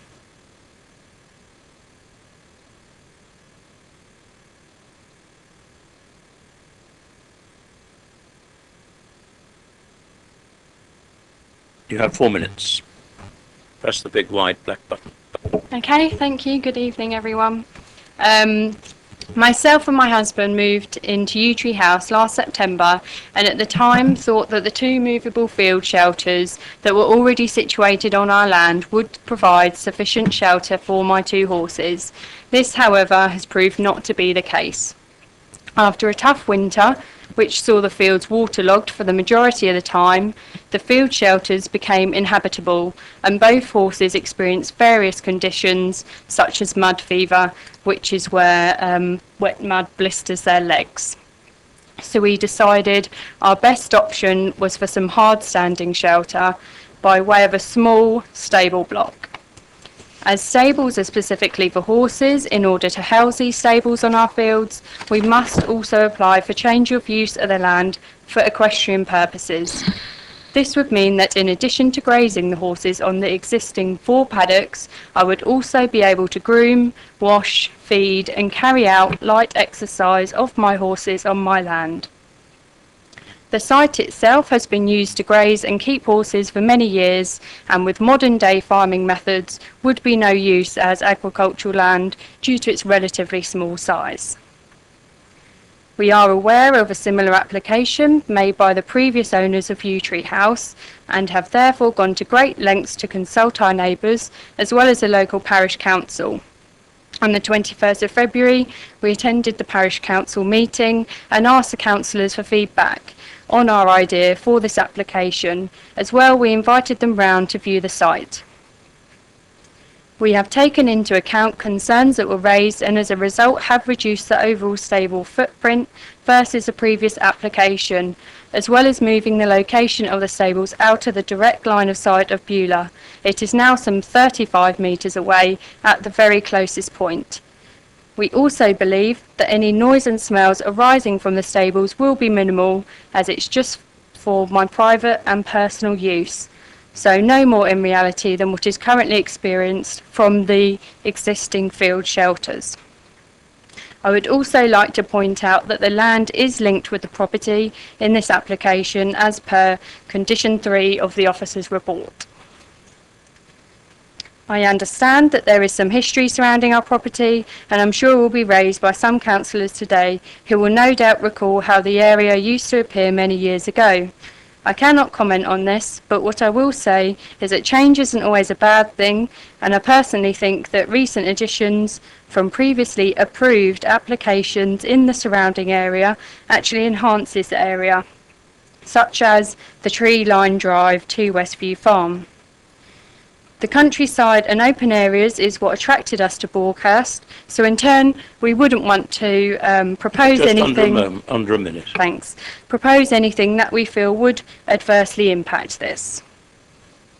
In conclusion, I would like to confirm what this application is not for. It's not for an equestrian centre, it is not for commercial use, it is not a livery yard, it will not result in the further subdivision of fields, it will not result in more traffic onto the Borkhurst Road, it will not result in any increased noise and smells, and it will not create a large visual impact for surrounding properties or those using the footpath.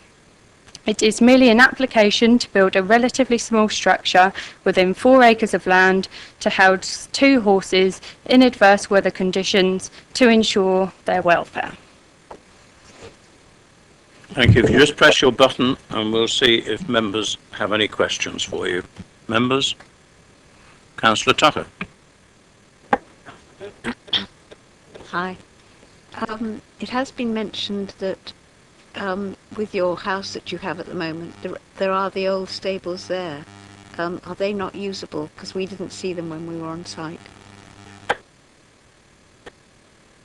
There is one old stable down by the house, but it's just there's just one, and horses need company, so I have 2 horses, so it's just one option that I have.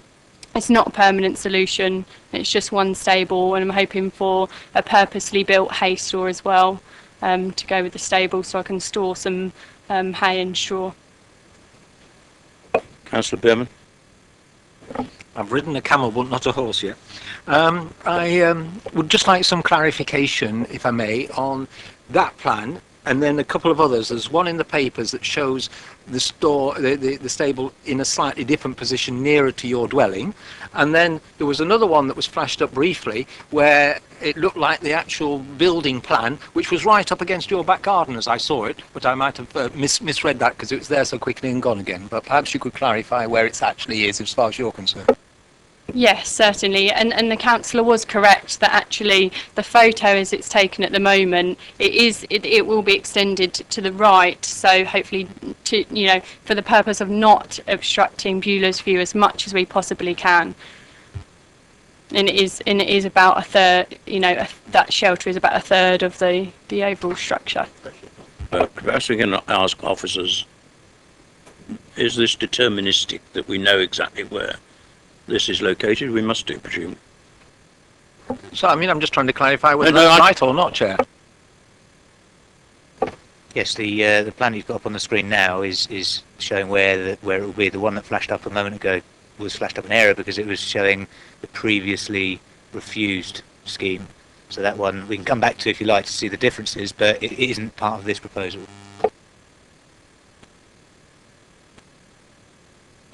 I'd just like to sort of be sure that the officers and the applicant are in agreement as to where the thing is to go, and that sort of seemed a bit fundamental. Any more questions for the applicant? Yes, David. I mean, when we visited the site, I mean, we were shown the location, which I think, my words, abutted I don't know if it was a telegraph pole or what, but whatever. And it came up to that. Is that an agreed location for this building? If it is, then that diagrammatic plan, the 1250 scale or whatever it was, is right, I think, isn't it? Well, if we leave that up, that if it abuts the telegraph pole, it's further closer. It's more in front of Beulah. By a very small amount, I would argue, because perhaps the angle that the photo was taken from, it's a marginally, in reality, the distance. And that's the back of the garage that you can actually see. Is it possible for officers to indicate on the plan the location of the present field shelter? Do we have sufficient know-how to do that? No. Councillor Vella? All I was going to say is, Chairman, that picture, which you've lost, is a thing called parallax. And it's where that pole is not in line with the front of that shelter. If it was, you're going to have, that will probably go, one section of the fence to the left is what I understood when we were on the site.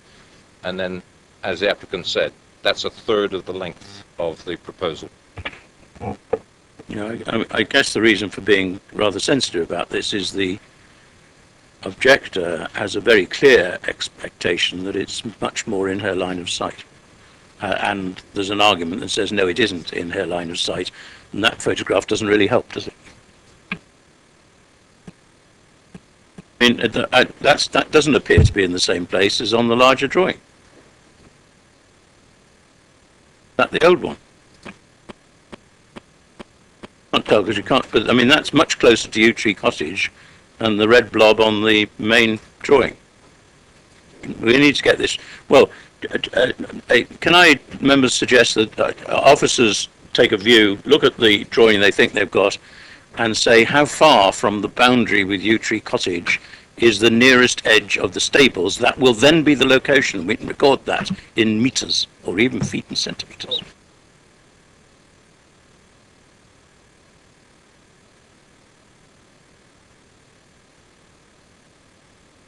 Chair, that's that. If you look at that, that's massively closer. That's massively closer to Bewley than was the one on the larger plan, isn't it? It's moving over.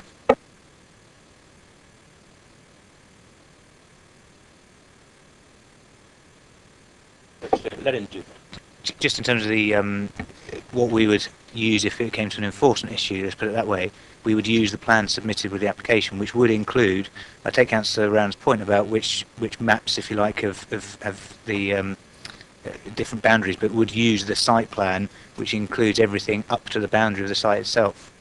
That is the standard way of measuring any building on a plot when it's given planning permission.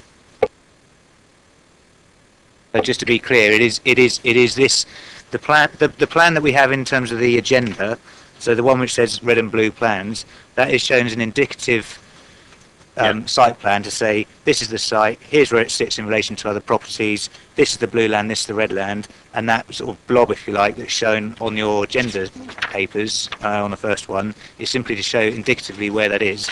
The actual block plan is the one on the second page of those agendas, which is that plan, which is the one that we would actually measure from if we got to that stage in terms of needing to know the exact distance to boundaries. Yes, but just to clarify this, the blobby one, if I can call it that, the red and the blue, very clearly looks as if that is further from the marked boundary or from Yew Tree Cottage, which is a physical building. It looks further, and that was why the issue arose, I think, because on the drawing it does look as if it does not sit anywhere near the front of Beulah. So, Councillor Rowan. Thank you. I think the confusion may be that there's so many different plans around. I mean, we're looking at a plan that says Yew Tree Cottage. It's not Yew Tree Cottage anymore, it's Yew Tree House, because Yew Tree Cottage got knocked down. I think this actually shows the shape of Yew Tree House, but I'm not 100% sure. But certainly Yew Tree Cottage got knocked down. And certainly if you look at Rose Cottage, which many years ago I was in the process of nearly buying, it didn't have a garden as big as that, so I don't know about that boundary either. These are official map documents from the Ordnance Survey, and that... Please don't speak unless you're asked a question, would you mind? I'm sorry. We just have a protocol for that. Chair, just to confirm, we've just been measuring off both the block plans and the location plan, both in terms of the distance to the boundary and to distance to the boundary itself, which is 20 metres on both plans. That is a consistent measurement, which I would suggest is also consistent from what I understand from the site viewing as well, in terms of the description that's been given in relation to the telegraph pole. So I think a reasonable assessment of the application could be made on that basis. Are there any other questions for the applicant? Then thank you very much.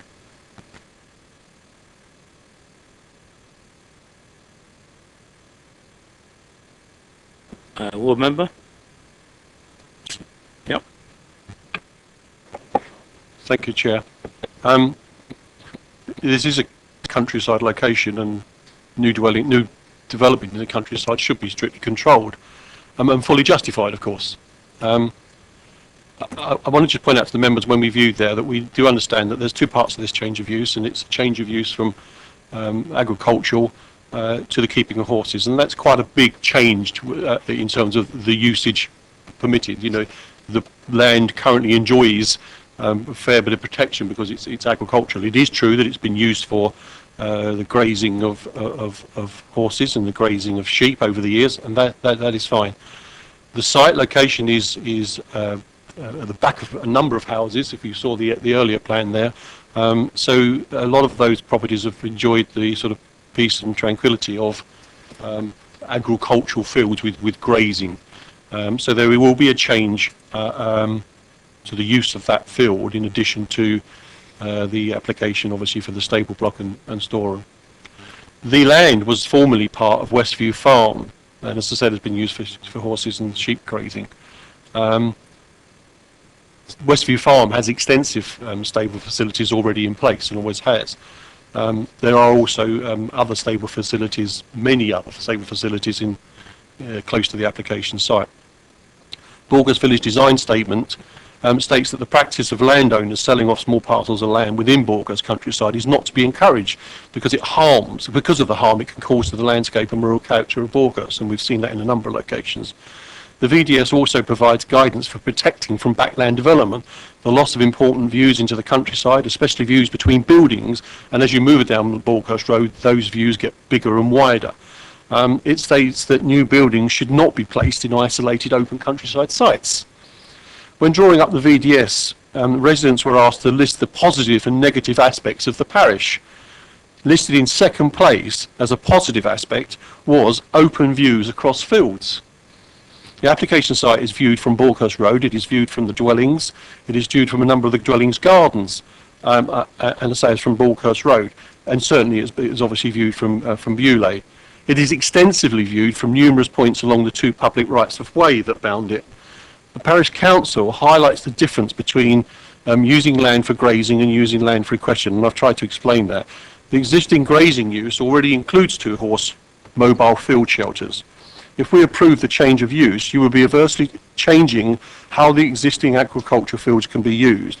We will remove the protection, as I've said, of the agricultural use that it affords at the moment. Approval will adversely change the agricultural character of the land, and because of its close proximity to these gardens and dwellings along Borkhurst Road, residents will suffer a loss of privacy, and the existing peace and tranquility of that land will be severely harmed. Remember, it is already permitted for horses to graze the land.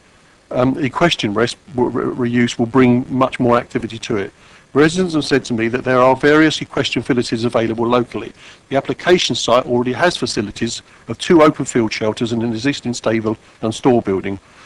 Residents therefore request that the committee does not allow a domestication type fear of this land, which is in a prominent location. The immediate area of the application site has undergone much change, and as the objector said, it has gone in, it's been subdivided. There's been a much bigger house when the cottage was knocked down. There's been a 5-bedroom house there now. There's been the concrete driveway that goes up to Westview Farm and feeds the house, and I say extensive horse facilities. And residents really are worried. They've been overrun by horse facilities. They really are being overrun. And we know horses belong in the countryside, but there's a limit, I feel. When considering what residents have said and what the parish council has said, and when referencing the Borgus VDS, I consider that members should consider refusing this application. There's no justification for the change of status to the open fields. Changing their use from agriculture to grazing agriculture would greatly harm the existing landscape character. And I'm really saying what I think the refusal reason should be there, and I can expand on that. The officer, just to prove the officer report, the officer report references the piece of land opposite. The piece of land opposite, which was allowed by appeal, does not have dwellings bounding it. It doesn't have gardens and dwellings. And there was a significance in as much that the inspector allowed it because it was for an application for a field shelter. And he specifically said that it should be conditioned not to have doors and things so that it wasn't used for storage, etc., etc. And he said that yes, a field shelter in that location would be okay. This location is behind, say, the houses and gardens, so it's completely different, and it will look like backland development. I'll leave it to other members to comment. Right. Councillor, yes, Councillor Bound. I'll try not to. Well, I hope you'll be slightly briefer. I'll say what I'm going to say, and I hope I'm not repeating too much of what Graham said. Okay, I know the site fairly well, and I attended the site viewing along with some other members on last Friday. There was a field shelter approximately in the position where the proposal before us is designed to be sited, and which looked fairly substantial to me. And there was already a stable and a storage building within the curtilage of Yew Tree House at the front. I noticed that the applicant said she referred to it as old. I looked over the fence, it didn't look old, so I think when she meant old, it's just there. The proposed build is to be further away from Yew Tree House, but on the other hand, it is going to be considerably larger than the existing field shelter, only 13 metres in length, nigh on 4 metres in depth and a height of 3 metres. Quite a large new build in the countryside, which will detract from the amenity, particularly of Beulah, as we heard from the objector earlier.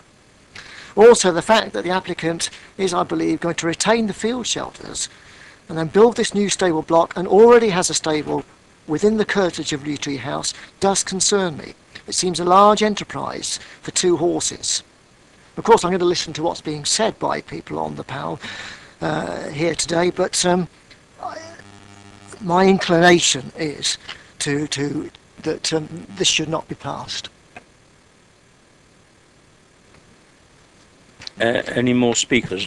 Could we just see if there's any more speakers first? Councillor Tucker.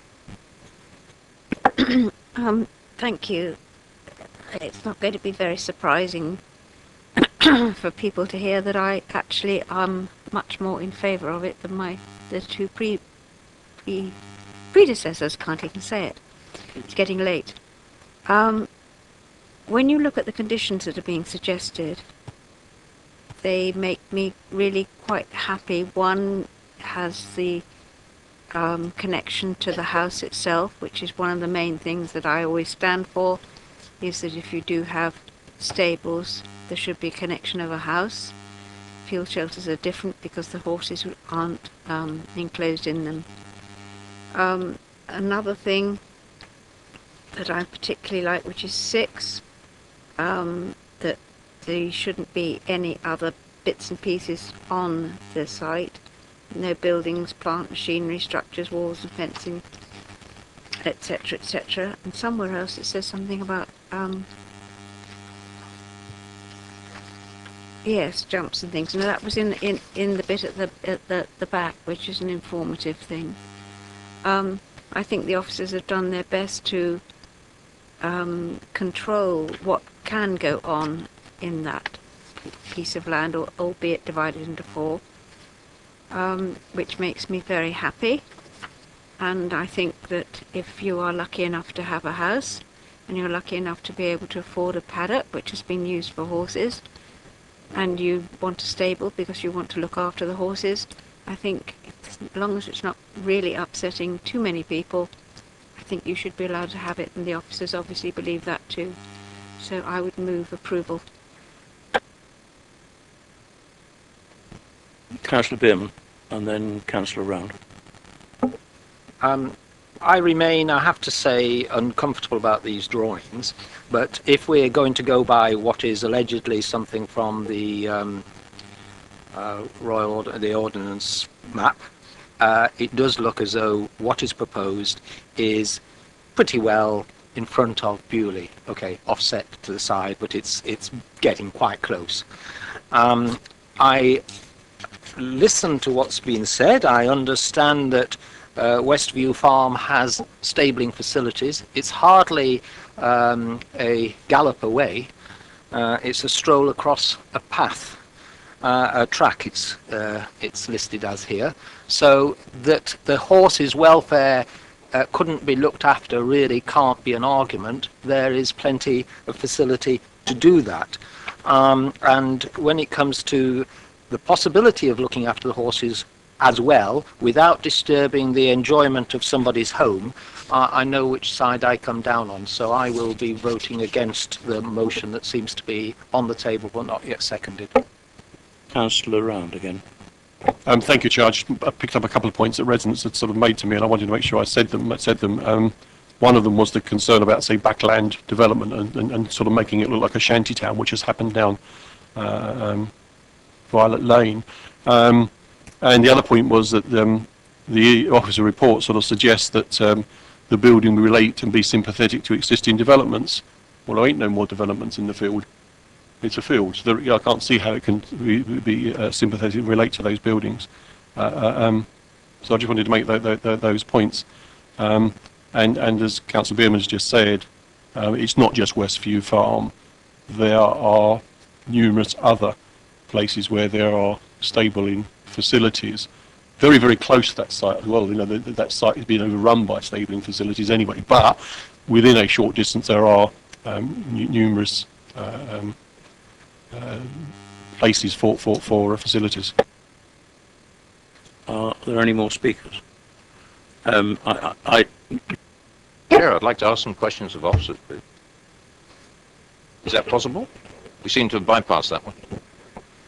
The dimensions, I understand the dimensions of the current field shelter in terms of height, width, and the breadth of it are the same as the proposal, only it's a third of the size. So if you move it along, sort of put 3 of those together, you would have the same size as far as those dimensions are concerned as the proposal. Can you confirm that? I equally understand that to be the case, but because we don't have the dimensions of the field shelter as part of the application, we couldn't confirm that in terms of specific size. But I understand that as a descriptive part of the... Probably not far out. In that case, that sort of, again, reinforces the perspective that I got on the site visit. Thanks, that's the only question to officers, but I'd like to speak sometime. Okay.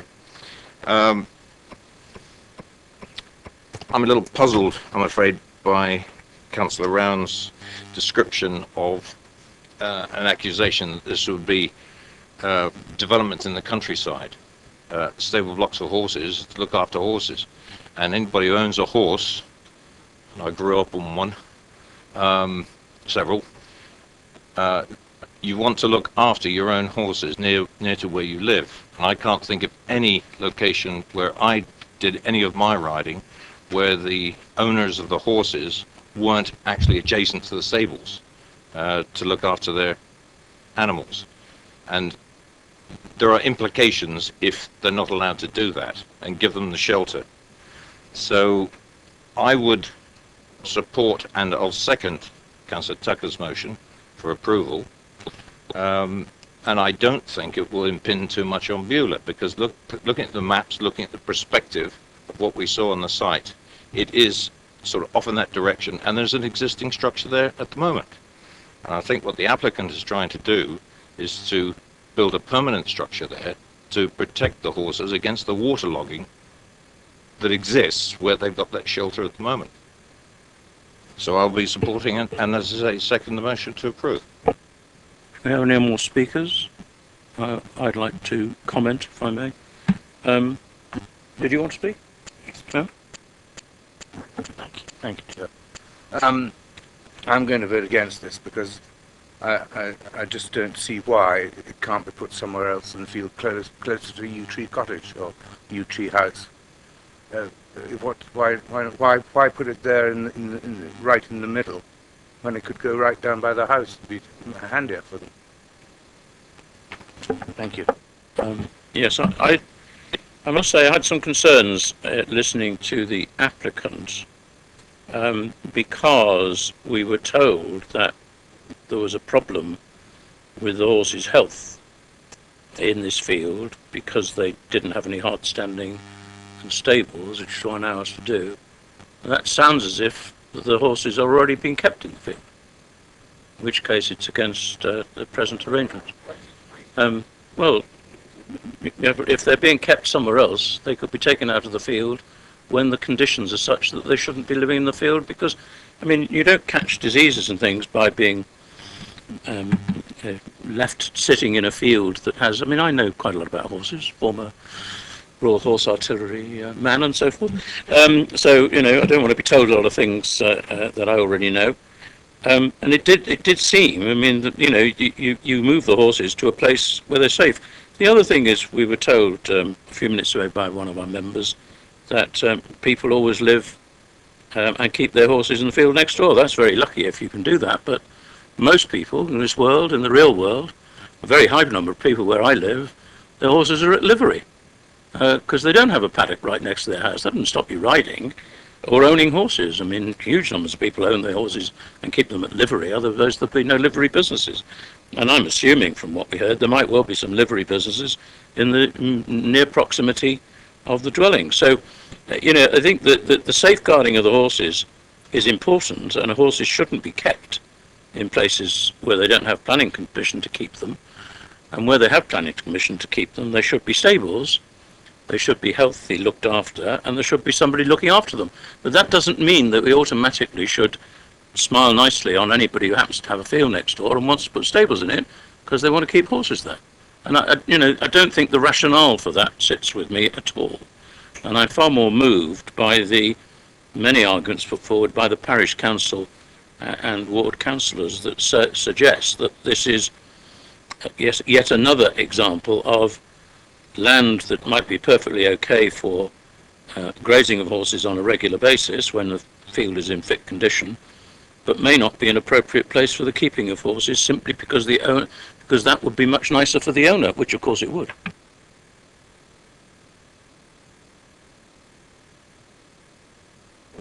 No, I just wanted to explain something, if I may.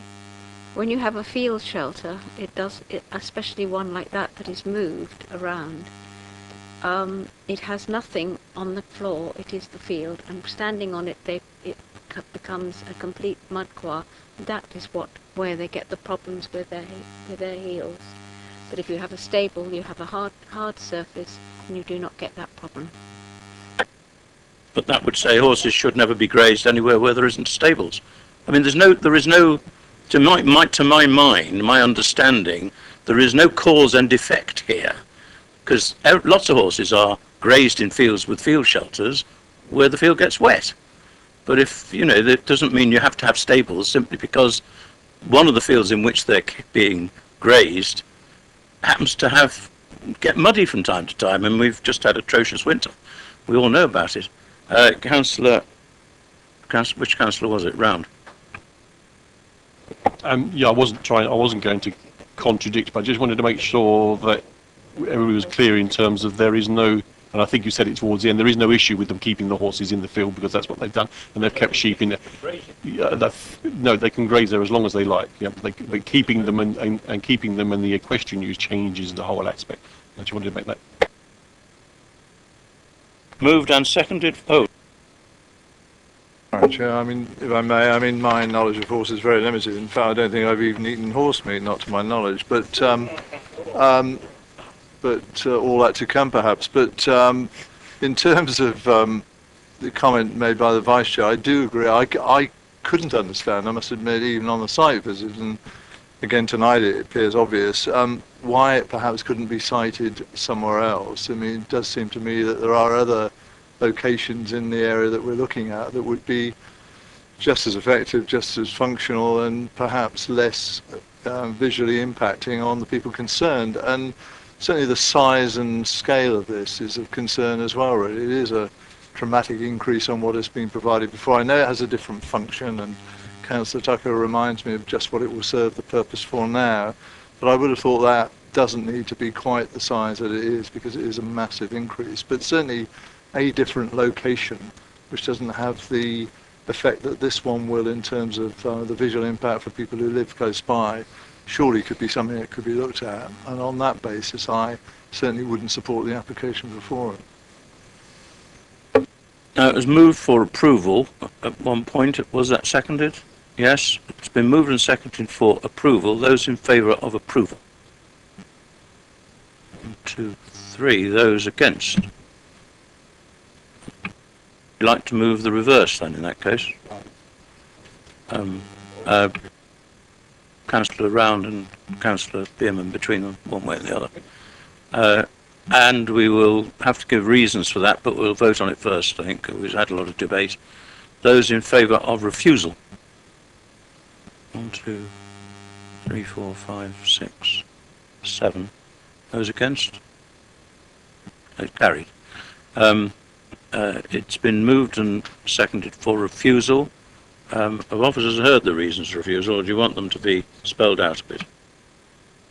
I was simply going to suggest, and Councillor Round may correct me on this, but there was 2 reasons for refusal put forward, and listening to the discussion on the last application, listening to the discussion, it seems that they're very similar to the points that have been raised here, which is to do with adverse impact on the landscape and visual amenity, character of the countryside and nearby public footpaths, including glimpses into the open countryside, as well as the proposed development result in with the noise and smells and disturbance generated from development in its close proximity to neighbouring properties having an adverse impact on amenities.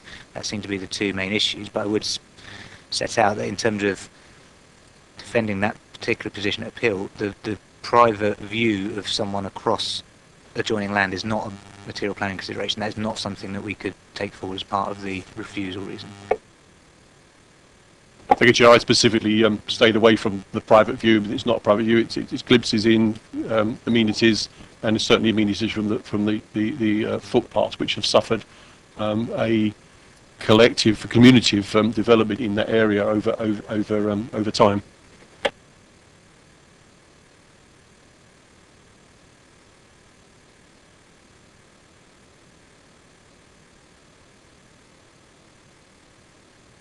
Reasons given?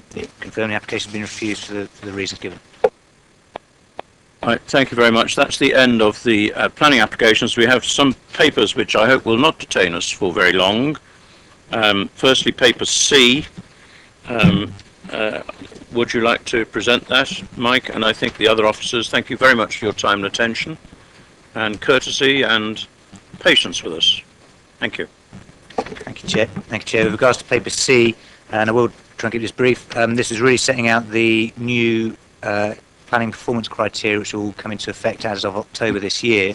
Essentially, it requires the council, all councils, to maintain performance on determining major planning applications within the specified 13 and 16 weeks, It also requires quality of decisions, as it's referred to in the new regulations, which requires us to maintain appeal performance so that no more than 20% of appeals are allowed on major applications as part of the overall number of major applications you've considered. So the report sets out where our current performance is. So in terms of the number of applications, we're determining we're at 60%, which is way above the 30% requirement for designation.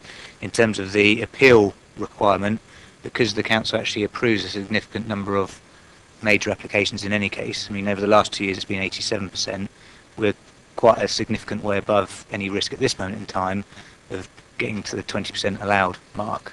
But either one of those could trigger designation. If the council was designated, it would mean that a applicant on a major application could effectively bypass the council in terms of decision making, go straight to the planning inspector without the council having the ability to make that decision. In terms of implications for that day to day, officers have already been briefed on the need to be more vigilant, if you like, in terms of dealing with major applications. Two ways of doing that. One will be to encourage the use of planning performance agreements, which are agreements you set out with the applicant at the beginning of the pre-application process, which will set out effectively a programme that you all agree to, and that can take it outside the 13-week period. If that isn't followed, the other option is to agree after submission of the application a written agreement that the application time be extended. But in either scenario, the applicant doesn't have to do that. So they could still submit a major application. It could still be time limited to 13 weeks, and so there's, if you like, even more pressure than normal to start getting these through.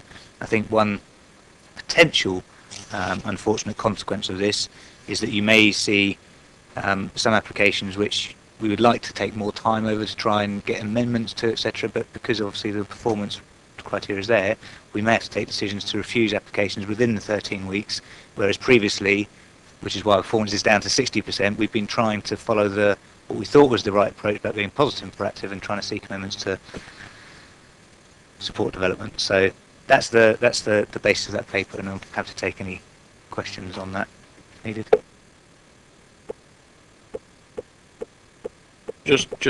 Sorry, yes. Where does this all come from? It says at the top of this paper,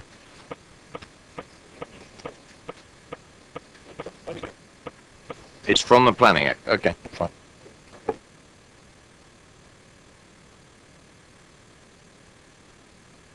Add that in the general context of this and arguably the next short paper, it was raised at ARGA at their present meeting, which is ongoing for 3 weeks or so.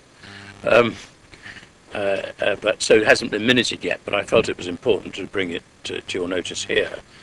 It was raised at ARGA that we ought to reintroduce or reinforce, if it's still there, the general requirement that members should have some opportunity to learn more about the planning process. I've suggested that be called workshops rather than training, because a lot of people think they know everything and don't need training, whereas we call it updates and workshops. It's less demeaning to those who are too proud to attend such things. However, it seemed to me that is right. We used to have a scheme whereby when you were elected to DC, you weren't quite required in the statutory sense of licensing to attend training, but you were certainly very strongly encouraged to, and it was chased up and followed up till you had. And I think that's a good thing, but also there's so much change going on in the planning process, and we'll have our own new local plan and policies, which a lot of people are not aware of, although they've been debated to some extent in committee. And I do think it's important to all members, because it's a key aspect of the work we do for our residents, for applicants, for objectors, for parish councils, community organisations, and particularly in the context of neighbourhood planning, community right to build, and all of this stuff, which nobody knows much about, because it's all novel and new. So unless members here are strongly objecting to that, I've agreed that, and I can stop it possibly, but I think it's got its head of steam with the officers, that one of the executive has taken this on board, who was at the ARGA meeting, and so officers will be bringing forward recommendations for workshops and so forth, and how that's to be undertaken and how it relates to our work and to the Constitution and so forth. I'm happy to have input on that, but there isn't a plan at the moment. So what I think we should do is wait and see what comes forward, and then we'll debate it here. Yes, Councillor. Thank you. I mean, whilst we're on that, and I know it's not completely related, but it's one of the things that the parish councils that I visit, which happens to be two, because the parish town and the parish council, I feel that there would be useful some level of training or information filled out to them, because sometimes you go back and they're very frustrated and they say that lot up there, you know, or you borough councillors, you don't know what you're doing and all that sort of thing. And I think that they need more education about the planning system and process, and I think that would be very useful. And while we're on parish council, just one other thing that came up again on both of them. They are quite peeved to hear and understand, and it's been the case, but I think they begin to understand it more. That their objection to a planning application is counted as one, and again they feel that. And I know it will be difficult because you've got parish councils, town councils, and community groups, and all of these things. And how do you weight them all? But I think they would like to hear that a parish council objection holds a bit more weight than an individual objection. Just those points. Yes, some of that is a matter for the local plan. That's our opportunity to amend and improve policies, and officers can only respond to policy. Officers can't say, we've given this view more weight because it came from here. They give it weight depending on whether it is relevant and material from a policy point of view. And we constantly ask the officers not to stray into, and we challenge their subjective views. And I think, but there are efforts going on in the local plan process to strengthen in policy the role and relevance of the views of parish councils and other formally constituted bodies, as well as through the neighbourhood plan, etc. process. So I agree that parish councils would be a good idea for them to have some updates and things. It does happen from time to time in the parish council briefings that we run here, which some parish councils assiduously attend and welcome, and some parish councils assiduously ignore. But most parish councils have a planning subcommittee. Why they call it a subcommittee, I have no idea. But most parish, and therefore I think there are people who could be targeted for such training. I don't want to have a big debate about parish councils or indeed the nature of training. Is the ruling in terms of the policy for counting the number of objections? That's not part of our local plan, is it? That's part of planning. Very, very briefly, I mean, I actually spoke, Councillor Beerman was at a meeting I spoke at very recently, which is picking up that exact subject, and that's actually a constitutional matter because it's the number of objections and the triggers, if you like, and we felt previously that it was the right balance that, because if you went back, it used to be that a parish council objection would bring an application into committee, and that was in the days when committees were then 30, 40 applications deep, so something had to be done to sort of try and reduce that, but still maintain the democratic element, which is the local ward members being able to call in an application. On the other issue, there will be parish council training, and that is being developed at the moment. The other comment I was going to make is that if we do go into some workshop type of programme, that would give us an opportunity to dialogue this sort of thing with officers without the constraints of the fact that it's now nearly 11 o'clock and we're in this meeting. So, we do need that opportunity, and I think that's a good idea. Councillor Miller. Very briefly, I think one of the reasons that Councillor Round brought this up about parish councils is counted for one objection or comment or whatever, and Councillor Beerman and myself are both on the planning committee of the parish council, is that it's lost that the parish council is the lowest formal level of government in this country. Also, in the last 6 years, they've become, if you like, formalised through Silca.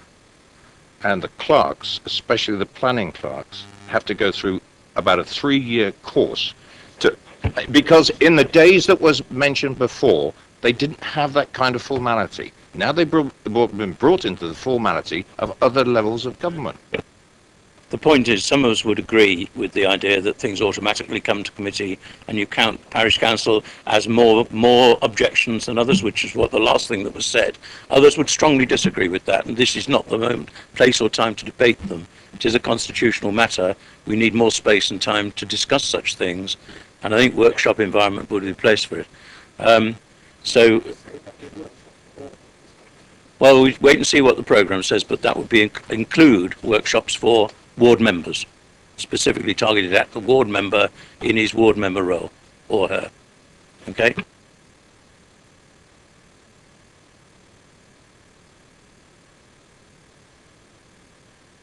I've got 6 and they're very variable.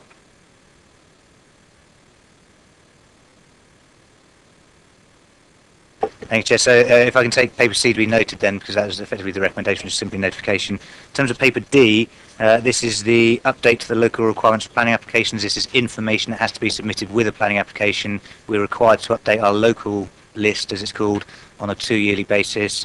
I have to do that before the 31st of July. We've done a review of that internally.